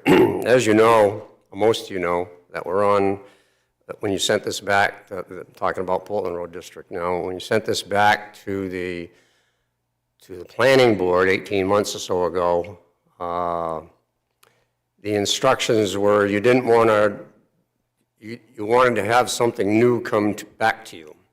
And I heard the discussion tonight that you're all really getting close, and I think with a workshop or two, there's some language currently missing. I guess my question is this. You've got an action item coming up this evening. Maybe it's an action item, but you've got an item you're taking up, and I'm assuming if you pass this just the way it's recommended by the planning board and the staff, you're passing the Portland Road Master Plan putting it back in as a conditional use everywhere out there. You're passing it without any of the 70-30 language that was in there. I'm not quite sure why it, when you pulled it out a year and a half ago, you pulled out the master plan development till they figured it out, and you also pulled out all the conditions that went along with the Portland Road master development. Well, you've got the thing penciled back in as a conditional use, but you do not have the language back in that you took out at that last council meeting. So at a minimum, I don't see how you can vote on, I see all of Jason's amendments, all the other things are all good, and that could go through real quickly, but I'm thinking the Portland Road Master Zone, opening that up, if what tonight becomes a first reading and then a second reading, and then I'm not quite sure how it goes, you could conceivably be opening up the entire Portland zone to as one big master plan guy that comes in and says, I want to go on the Leary property and put 1,000 units in there.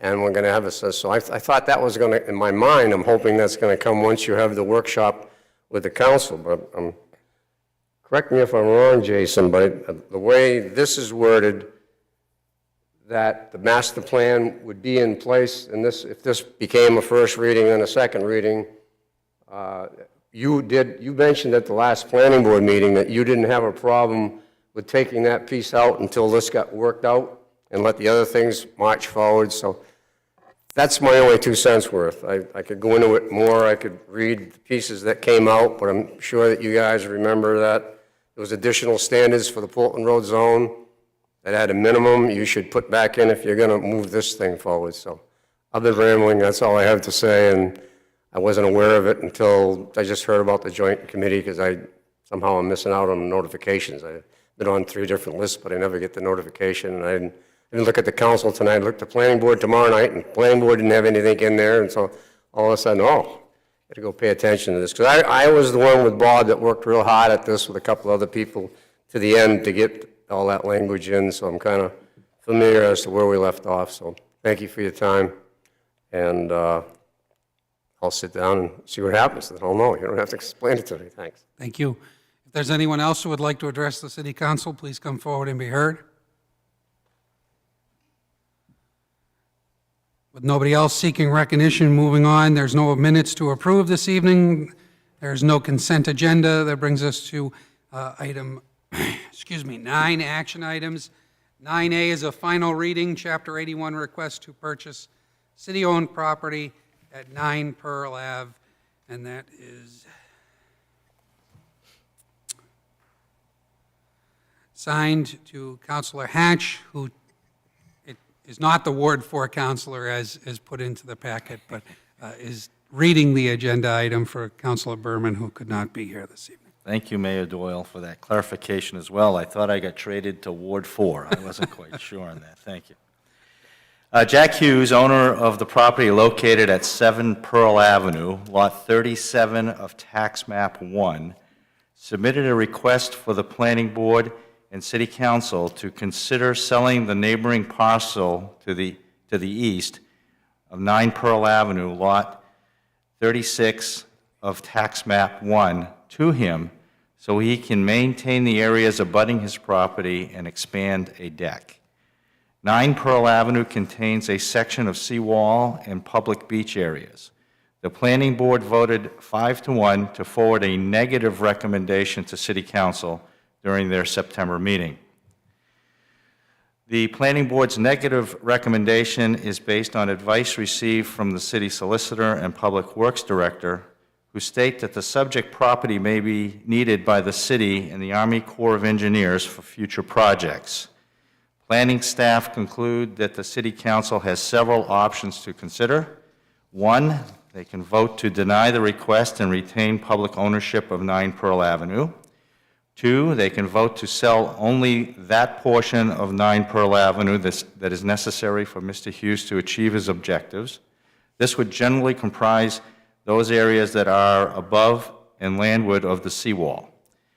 Or 3, vote to deny the request, retain public ownership of 9 Pearl Avenue, and advise Mr. Hughes to apply for a contract zone agreement by which the council may authorize use or development of his property which does not comply with zoning standards. Or finally, 4, vote to deny the request, retain public ownership of 9 Pearl Avenue, and advise planning staff and planning board to devise provisions for administrative variances in Saco zoning ordinances. Saco zoning ordinance. Such variances would enable property owners to seek limited relief from specific zoning standards, provided criteria related to public health and safety and minimizing impacts on neighboring areas are met. I move to deny the petitioner's Chapter 81 request and retain city ownership of the property identified as Tax Map 1, Lot 36. Second. Motion's been made by Councilor Hatch, second by Councilor Johnston to, under suggested motion, the second motion, and that is to deny the petitioner's Chapter 81 request and retain city ownership. Any discussion? Councilor Archer. Yes, I just want to maintain my position that, again, we have been advised from staff to our legal advice to planning board to not approve this. I did request on how much this parcel's worth, or assessed at, I should say, today, and it came back to just over $6,000. I looked at how much it costs for adverse possessions, specifically eminent domain. It could cost us anywhere from $20,000 to $30,000 if we needed to get it back. I'd also like to know has any of the abutting neighbors, I was looking at a map and I saw abutting neighbors, have we had any abutting neighbors make the same request to us?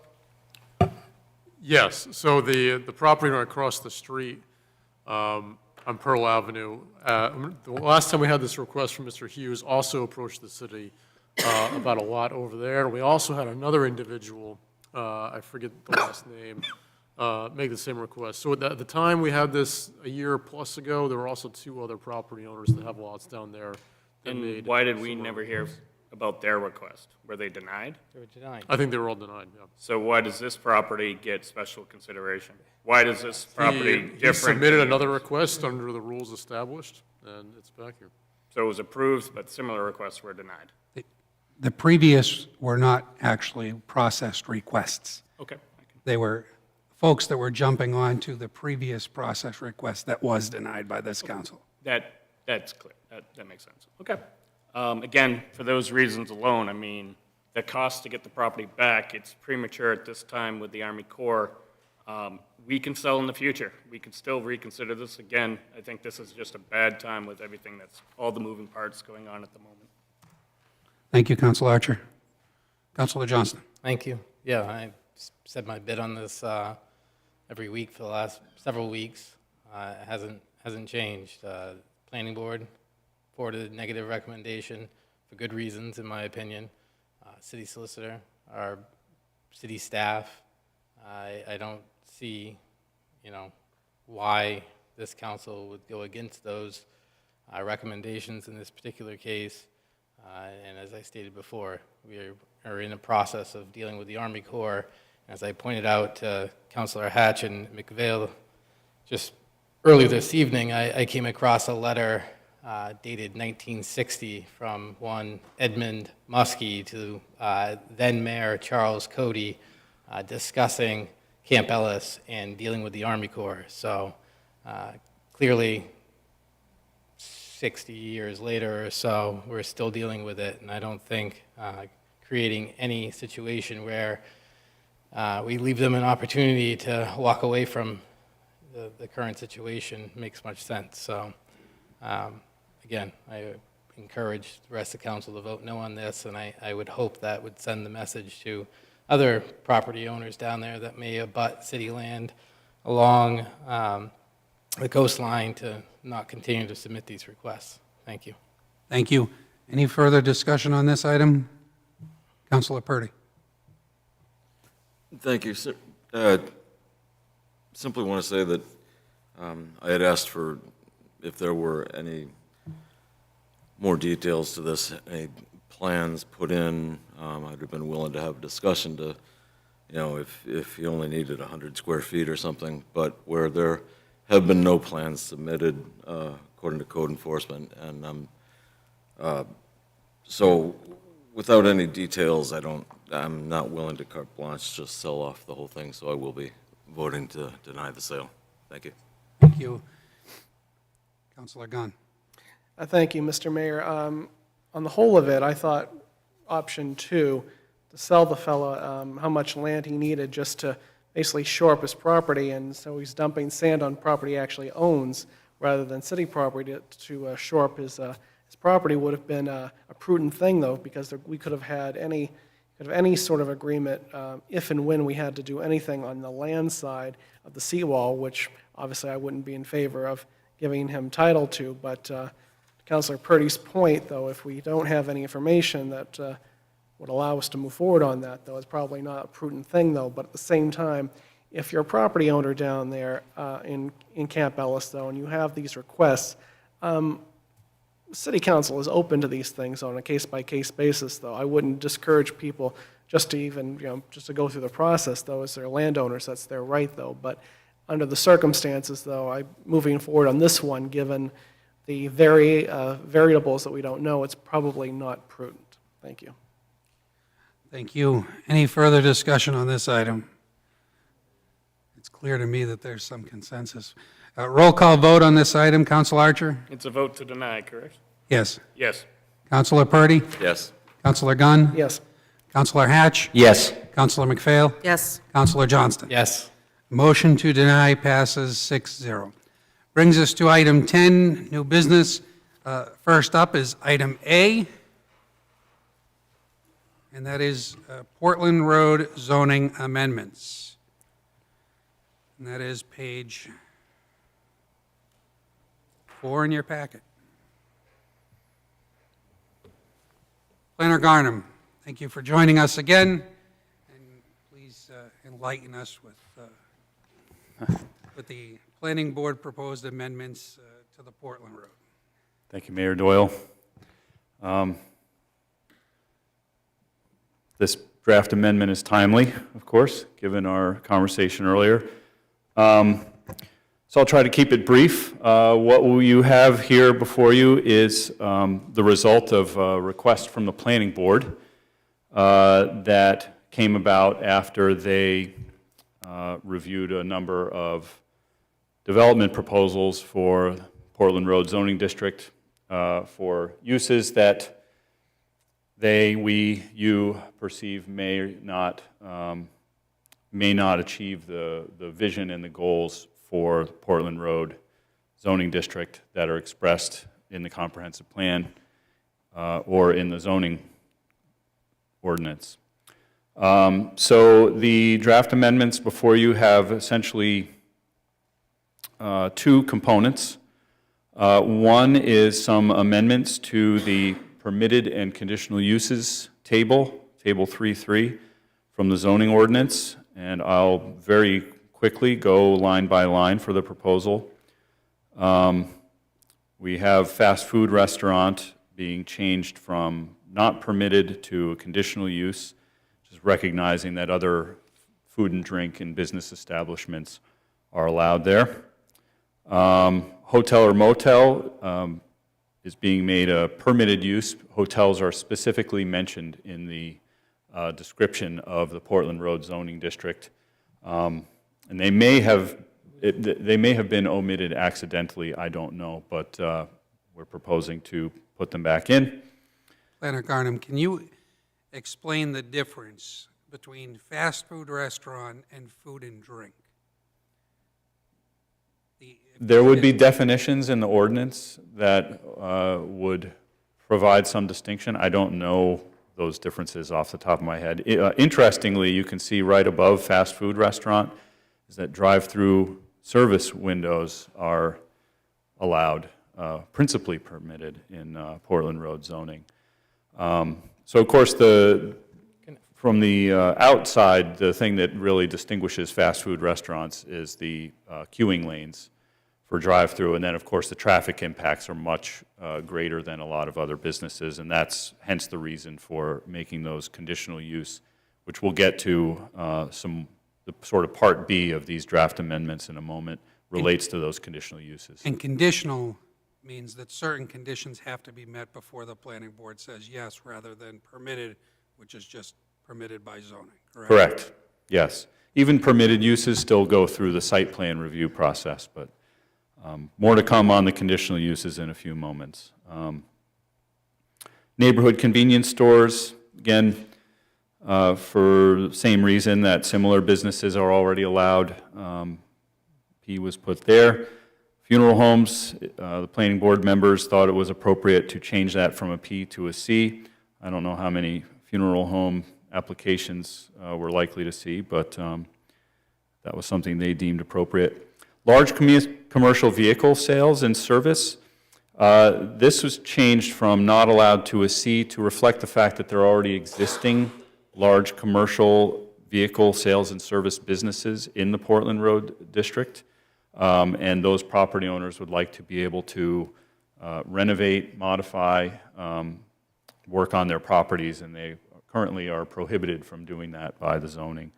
And likewise, even though the focus of this amendment is on Portland Road, large commercial vehicle sales and service was deemed by both the planning board and economic development staff to be appropriate for the industrial zones, and so a C for conditional was put in the I zoning district for that use.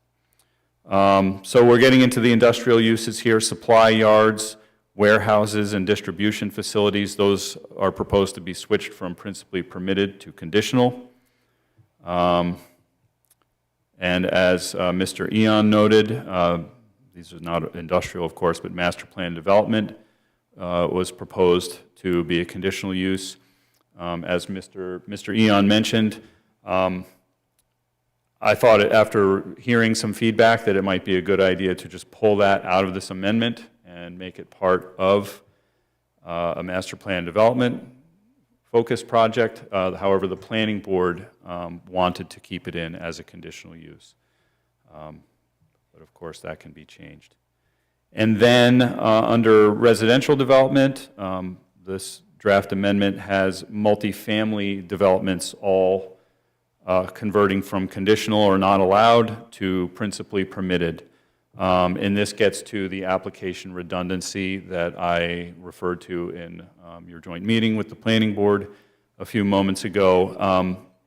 Those projects, depending on their scope, already require site plan and subdivision review, and removing the conditional use requirement from that is the very lowest of the hanging fruit that I see for buying us a little time here and there. And then last, I put wireless telecommunication facilities as a conditional use in the Portland Road zoning. This, I perceive this as a preparation for if and when a lot of residential or high-intensity commercial growth goes out there. I don't know the laws well, but I know that communication facilities are heavily favored by federal law, and I thought it was important, as a just-in-case, to have at least some nominal standards in place for if those uses become in high demand and you start to get developers backed by very friendly, very industry-friendly federal laws trying to build facilities out there. Again, there might not be any consequences if we pulled that out, but I thought it might be appropriate. And so part two of these amendments is for those conditional uses that are identified in the table that we just discussed. We are adding standards that are specific to conditional uses in the Portland Road zoning district.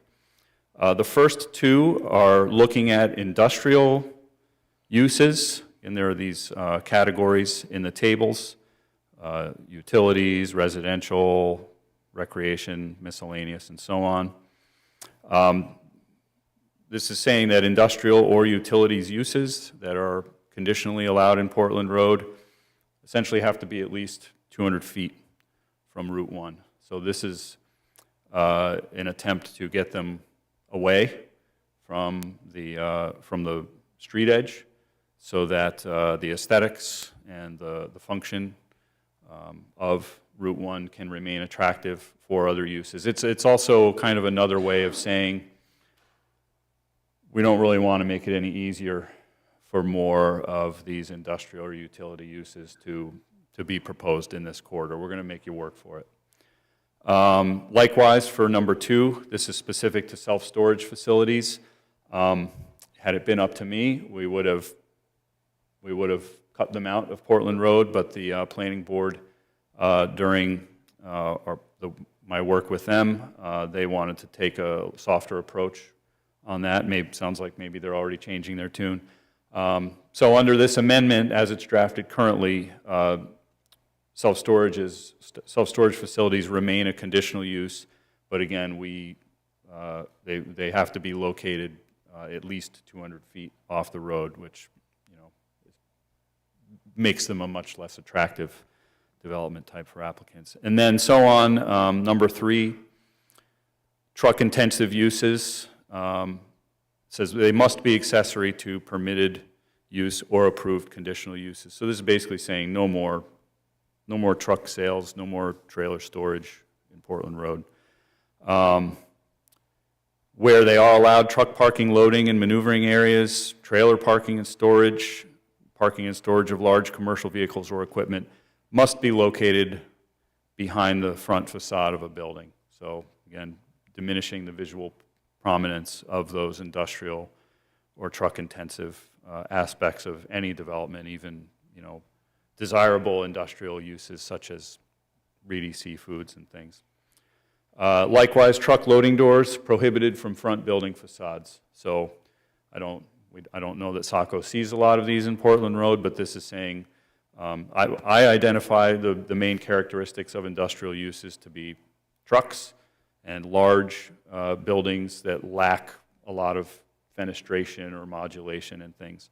And this is attacking, or not attacking, that's not the right word, but this is dealing with those visual and physical aspects head on, saying if your building has truck service bays, loading doors, and so on, they have to be in the back of the building. Jason, city buildings would be exempt from this. And I asked that question because we did talk about at some point putting a fire station and sub-police station up on Portland Road.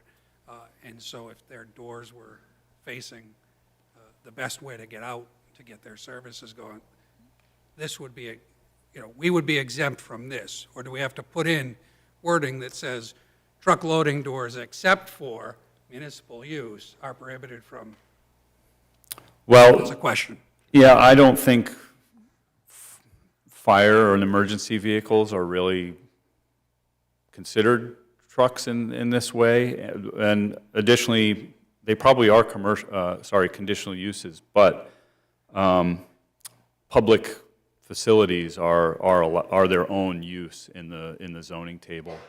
And again, I can't remember off the top of my head if they're conditional or principally permitted, but we just went through this conversation with the city attorney when the National Guard submitted an application for planning board review. So I'd say with the current staffing here in the code enforcement office and the planning office, I don't think there's any real inclination to consider emergency vehicles to be trucks as regulated under this section of the ordinance. It's the loading doors, the truck. It's the loading doors, yes, the 4-foot-high bays, and so on. And last, this gets to the fast food restaurants. Drive-through service facilities and associated vehicle queuing lanes are prohibited in front yard areas.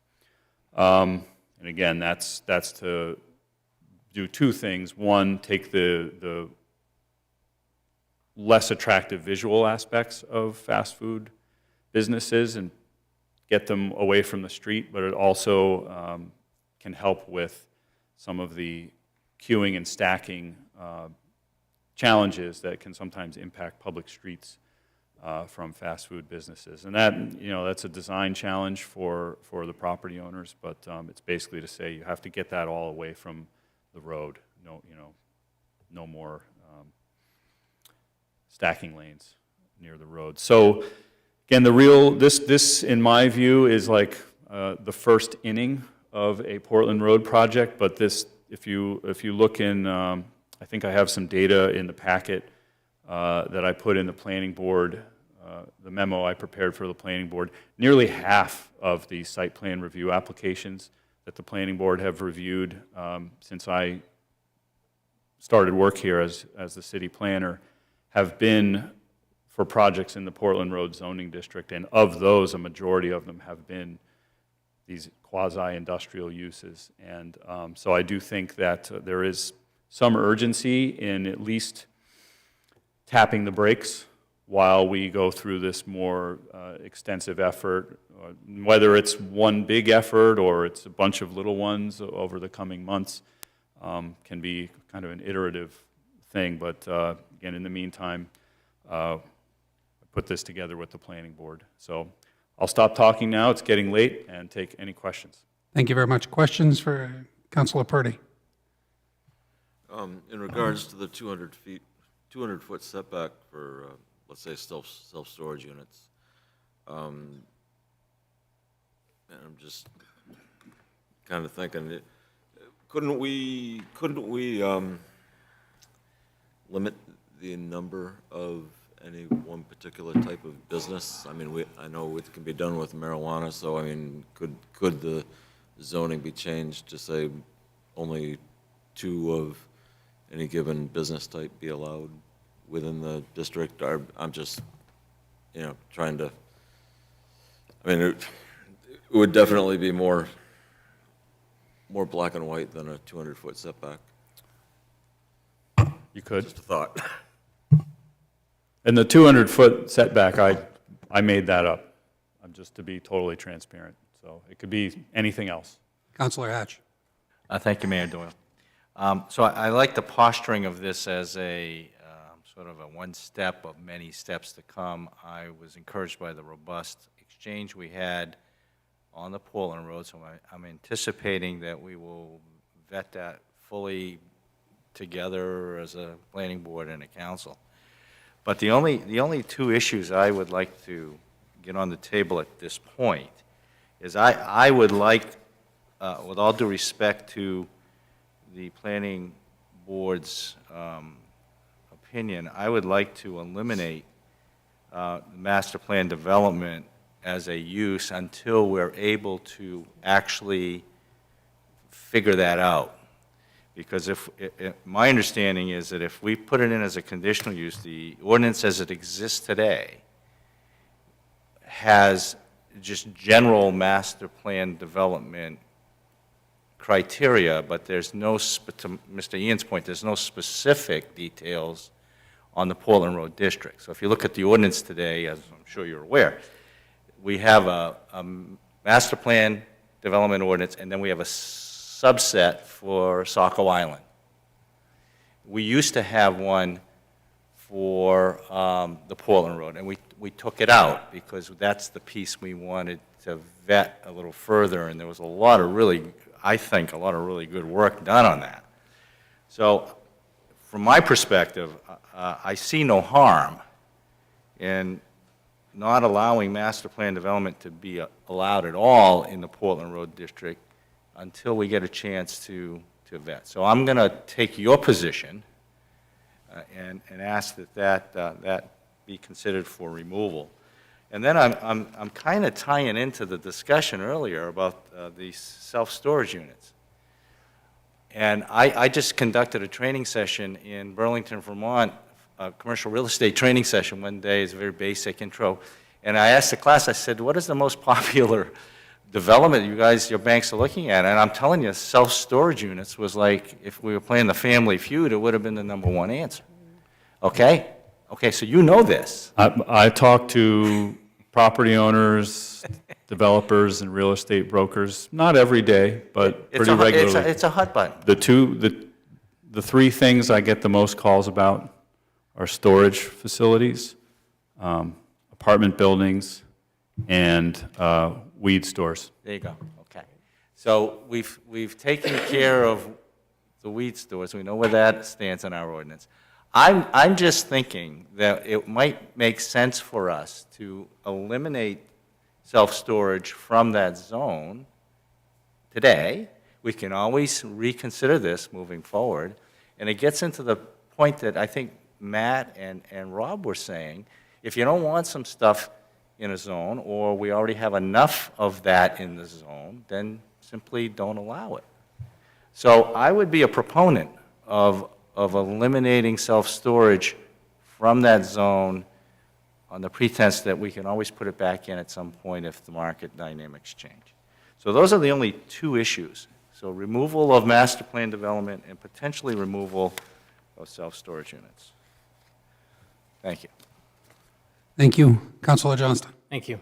Yeah, I'm along the same lines as Councilor Hatch there, but I do appreciate the work that everybody's done to date. I think I'm supportive of much of what's in here, but again, I agree the MPDs probably shouldn't be out there until we have clarified standards that I think we all kind of reiterated tonight that we want to work towards. Part of the problem, as I stated earlier, is, again, I think this zone is too big, and that's why we have this situation, a year and a half, 2 years, whatever it is now, later, where we're trying to correct the inadvertent additions or subtractions that occurred because we took several zones, put them together, and now we have the situation where, like you said, we don't have hotels. We've always had hotels and motels on the Portland Road, but they got removed because we merged with the further up, I think it was the B2C zone and whatnot, further out on the Portland Road. And I'd take it one step further because I'm actually not supportive of these large-scale vehicle sales that have, well, as we stated earlier, we have one that's now looking at the Saco Drive-In, and when that went through and sold, I looked at the zoning ordinance, and I could be wrong, but the way I read the zoning ordinance, they did not fit that zone, largely because we changed the definition when we tried to fit a need or a desire over at the former DPW site. We actually came up with a specified definition that didn't exist before. So we then created a situation where those other businesses that may have been, like, for example, the one that's, I think it's the Peterbilt location, it used to be the Brown Pontiac, they fit previously because the definition hadn't been changed. But now I'm sure they're in a situation where they can't expand or whatnot. I believe they're one of the businesses who was hoping to do some work on their property, and they currently can't because this it's goes a back non-conforming use. To the concern I had at the time when we were changing definitions to try to fit one business into one location. And again, the council, this goes back to the problems of those maneuvers by this actual council that sits here. You got to take a bigger look at what you're doing with these zone changes and how they impact the city at large. But again, I stand here and say, while I don't have an issue with the Peterbilt location, I don't think we should open that entire zone to excavators and dump trucks, which is, at least the way I read this, is how it's proposed. So I think that we should take a look at that as the council, because you will get it. It's that if you build it, they will come. And if you allow it, they're going to come. And we're going to be sitting here a year from now wondering why we didn't get these mixed-use developments that we've, been turning blue in the face, talking about for 5 years. So again, I think we need to take that look and say, hey, this section of that zone is now called whatever, and we put the specified uses we want, such as restaurants, the drive-throughs, the housing, and we leave some of these more industrialized or large-scale commercial developments elsewhere. Not to tear apart all your amendments, but again, I do appreciate what's gone into it. I think that, we need to really look at this from a 35,000-foot view and then fine-tune it. Thank you. Thank you. Any further discussion on these items? Again, Counselor Hatch, I think your amendments you can send into City Administrator Canrath. They will be printed for you to make when this item comes forward. Is there any objection to the item coming forward? I see no objection, so you'll see this on a council agenda coming forth in the next few meetings. And then again, you can amend it as you all see fit as the city council. And if you have any questions in the meantime, please feel free to reach out to City Planner Garnham through the city administrator. Anything further on this item, Jason, Portland Road zoning amendments? Nope, thank you. Are you staying up here for public notice requirements under item B? I am. Okay. And I apologize, I wrote an item commentary for this item and neglected to send it to the city administrator in time to put in the packet. So, but fortunately, my memo to the planning board is in the packet, and it says similar things. So this is also a draft amendment to not only the zoning, but also the site plan and subdivision ordinances that we drafted in response to numerous complaints and issues administering the planning board review process related to public notice and review procedures. So as you can see in my introduction, this is not unique to Saco. Just simply the ways that people get information have changed, and the current requirements were created 40, 50 years ago and rely very heavily on newspaper notices and promptly received mailings. I won't ask how many of you receive and read a newspaper subscription, but I suspect it's probably a lot lower than it used to be. So these amendments do a few different things. One is we're increasing the minimum timelines for mailing of public notices for public hearings. These are many of your projects that the Saco Planning Board reviews are required. They're required to hold public hearings. Those timelines are typically around 7 days in the ordinance, and the fact is they're actually a little bit different from application type to application type. That's something that drives me nuts. So we're making them all the same and doubling those timelines to 14 days. That is what we've been doing in practice for, I'd say, about the last 8 or 9 months, and the complaints related to folks not receiving their notices have gone away or diminished. So this is codifying what we're actually doing today. We've also devised, and this is a fairly new thing for the area, I believe, some on-site signage requirements. You may or may not know the public notice mailings are required to be sent to people who live within a certain radius of a property that is subject to an application.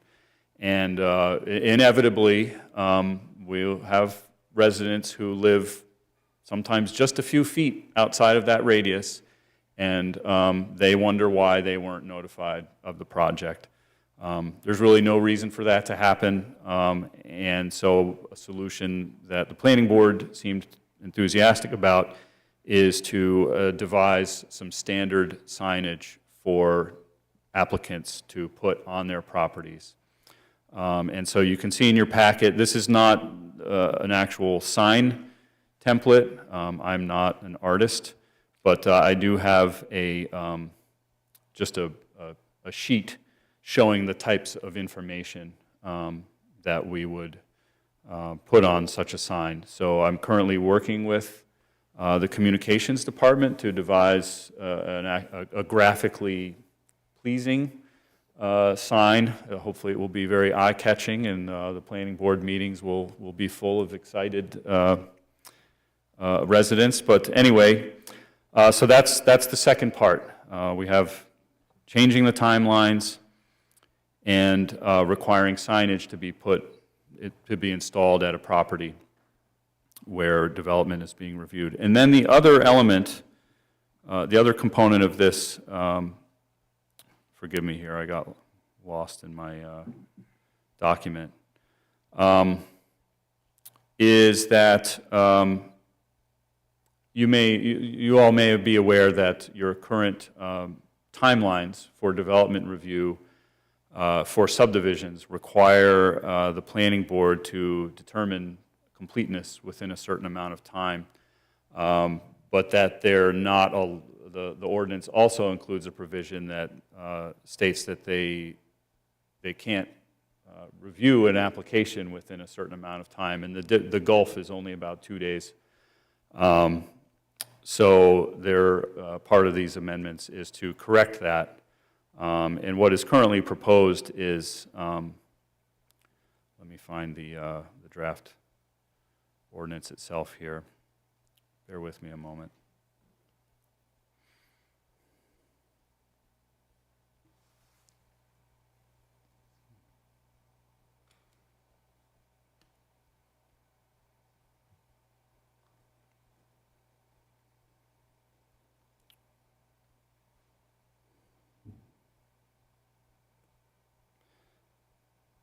So this is, we're changing it by requiring the public hearing to be scheduled no less than 4 weeks after being submitted. So that's different than being placed on a meeting agenda.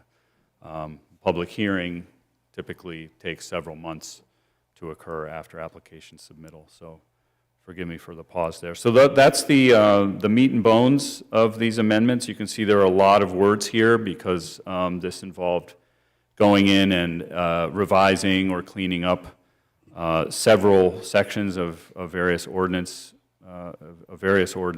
and creating whole new language related to the on-site signage. And one thing I did that I hope kind of simplified some of what we were doing is I created a table depicting the steps in the process that the different applications the planning board looks at are required to do. And the text in red are the things that is changing based on these amendments. And so you can see it makes it all kind of streamlined and clear, I hope, and desirable.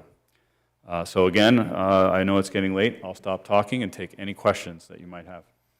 Any questions for Jason on the public notice requirement change? Council Archer? Yes, thank you, Mr. Mayor. Just a quick thing, is it a law, the zoning amendment, 13 days? Why is it not 14 days? I just like, rather than adding a chink in the chain, why not just make it 14, unless it's a state requirement? So you're referring to the date of the notice of hearing in City Hall? Yeah, that's just, it's in the state law.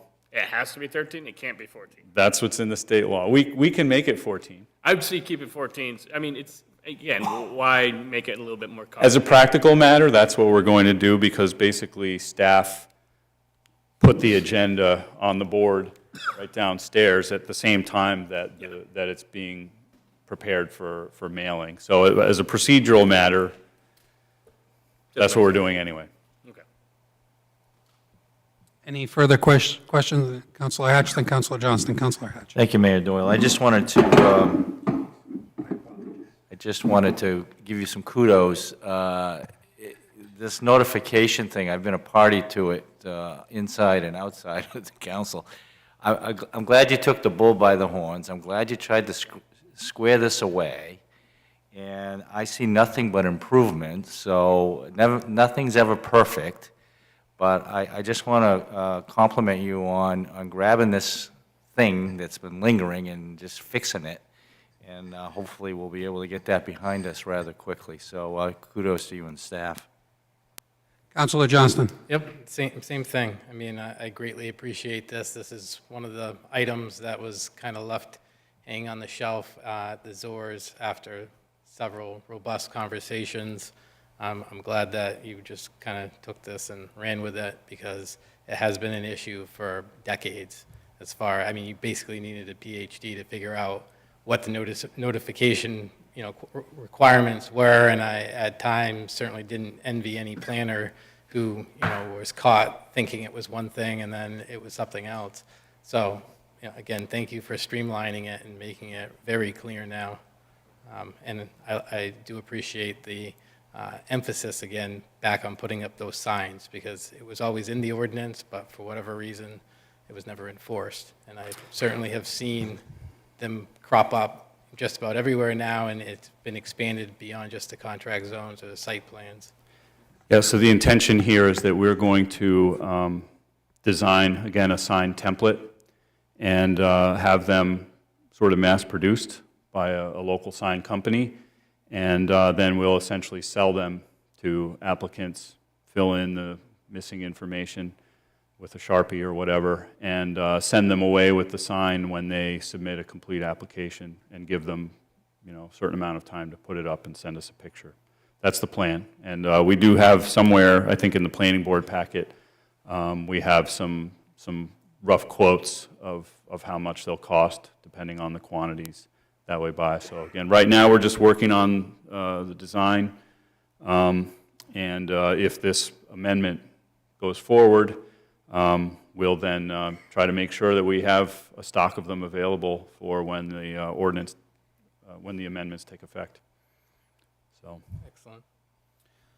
Any further Councilor Archer? Yes, thank you. I was a little tired, so I forgot the second part. Is there any need to adjust your fee schedule? Not your fee schedule, but the fee schedule for these additional changes?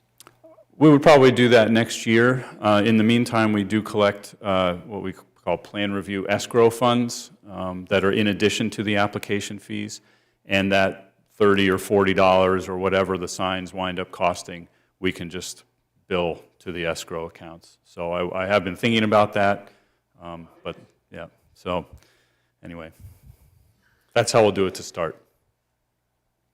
They won't be that expensive, so. Councilor Purdy, are you okay being the council liaison on this item? Yes. Thank you. Yeah, I promise there will be an item commentary next time. Any objection to bringing this forward to a future council meeting? Hearing no objection, you'll hear it coming forward in the next coming meetings. Councilor Gunn, are you okay being the liaison on the Portland Road zoning? Of course, thank you. Thank you. City Planner Garnham, thank you very much. Thank you. Have a great night.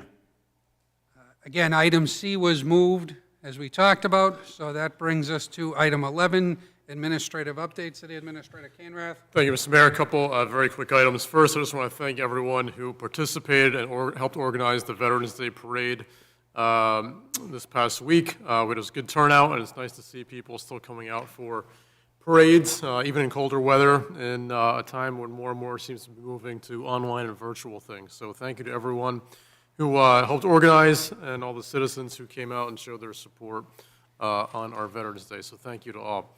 CMAR RFP submissions, that's construction manager at risk. We received 2 bids from interested parties. We'll have an internal evaluation process that will now begin, and we'll obviously further invite selected candidates to come and do a presentation for further evaluation in the coming weeks and months. So this is a big project for us, but we pretty much got who we were expecting for bids. There may have been one more, but we got 2 what we think are solid choices, so more to come on that. Lastly, I just wanted to give you a quick update. I was in touch with Senator Collins' office regarding the Army Corps of Engineers and any progress happening there. There is progress happening. They just completed a new feasibility report, which is now going to headquarters for review and acceptance. That should happen within 30 days. That's part of the whole process in getting us a PPA. There hasn't been an exact date, of course, given for when we would actually see a PPA here, but we are promised there is forward progress still happening. In case anyone's wondering, Senator Collins' office, as well as the whole delegation, is still on it and advocating on our behalf, and we want to thank them for their continued work for us. So it is moving forward. Obviously, it hasn't been a very quick process, but progress is happening. It is on track, and we are still on this at every step of the way. Thank you. Thank you, City Administrator Canrath. Any questions from the council? Moving on to item 12, council discussion and comment. Any council discussion and comment this evening? Councilor Gunn. Thank you, Mr. Mayor. I just wanted to make a point to thank all the wardens, clerks, and anybody who volunteered at Thornton Academy. Not only Thornton Academy on Election Day, but in this very room when we were open for absentee voting for the entire process. Thornton Academy, I think, is going to be a great partner going forward in terms of where the polling is, in terms of traffic. You can ask for better parking with the 2 giant lots, though, so the problems that we had at the community center, especially on midterm/gubernatorial and presidential elections, hopefully will be a thing of the past. And there was plenty of room, obviously, to mingle around in that in the building, though, for the voters, though. So it's always good for community purposes. And honestly, the building was warmer than I thought it was going to be, because I figured open building like that in November would be kind of cold. Of course, obviously, we've had a little help with that from Mother Nature. But point being said, I think everything went wonderfully, and I want to thank everybody who was involved with that. And I know there was some criticisms online, and we've received a couple in terms of some of the process. And truth be told, there'll always be that debate of whether it's easier to go in and vote by ward or vote by alphabetical. And I'm of the opinion that if you're going to vote at 8 in the morning, 5 in the afternoon, or at lunchtime on an even year election, it's going to be a little bit of a backlog, no matter how we do it, though. So I would just encourage all the voters to take full advantage of the very, very liberal way you could vote either absentee here. You don't have to stand in line on Election Day. Take it full advantage of it, though, because there's a limited amount of people down there doing the best they can, working their butts off, 15-hour shifts. And I'm just, like I said, if you want to vote on Election Day, vote very early. Do what I do. Go home, have dinner, and go vote at 7 o'clock. It was a 5-minute process if I wanted to leave, but of course I wanted to stay. So, cheer on my friends. And on that note, I want to add my congratulations to both Mike Berman and Phil Hatch on their elections to full terms. And I look forward to working with those 2 gentlemen over the next couple of years. As we saw tonight, though, we have a lot of constructive conversations ahead of us, and I think the Saco is going to be better for it. So thank you all. Thank you, Councilor Gunn. In a rare instance, City Administrator Canrath has one more thing. Thank you. I appreciate the indulgence. Appreciate it. No, I want to just second what Councilor Gunn just said. I forgot to include this in my report. It wasn't in my written administrator's report. City Clerk Hughes, I know you're listening, so I didn't want to forget you. But I did just want to thank her and her staff, as well as all the election workers. It is a tremendous undertaking to run one of these elections with a big turnout. It really is. And if you go there and watch them for just a few hours, as I know a lot of you did, you can see a lot of that in action. We got a lot of positive compliments on the process and the new location. I think there are always going to be a few criticisms. We've taken those to heart. We will have minor tweaks to the process in coming years, as Councilor Gunn just said, to further improve things. I think it's going to work out nicely, but I just wanted to say thank you to Michelle, her staff, all the election workers for their undertaking last week, and it was overall a very smooth process, so thank you. Thank you. Any further council discussion and comment? Councilor Hatch. Thank you, Mayor Doyle. Just a couple of quick things. I'm happy to hear that the Army Corps is moving forward. Ed Muskie's looking down and he's smiling at us. But we did have a comment, in public comment, about the status of being able to stream from this chamber planning board meetings. Do we have an update on that, Brian, that we could share? Yes, that's in the works, and as you know, we also have equipment coming for hybrid meetings, so we'll have that. So there will be more coming as far as meeting capabilities and what's being broadcast in the near future, but that is being discussed. It's really just a staffing and resources issue, but that's in the works, as well as the hybrid meeting option. Thank you. Any further council discussion and comment? Seeing no further council discussion and comment, moving to item 13, I'll entertain a motion to adjourn. So moved. Councilor Hatch, is there a second? Second. Second by Councilor McPhail. Any discussion on adjourning? Roll call to adjourn. Councilor Archer? Aye. Councilor Purdy? Yes. Councilor Gunn? Yes. Councilor Hatch? Yes. Councilor McPhail? Yes. Councilor Johnston? Yes. Motion passes at 9:17 to adjourn. Have a good evening, everyone.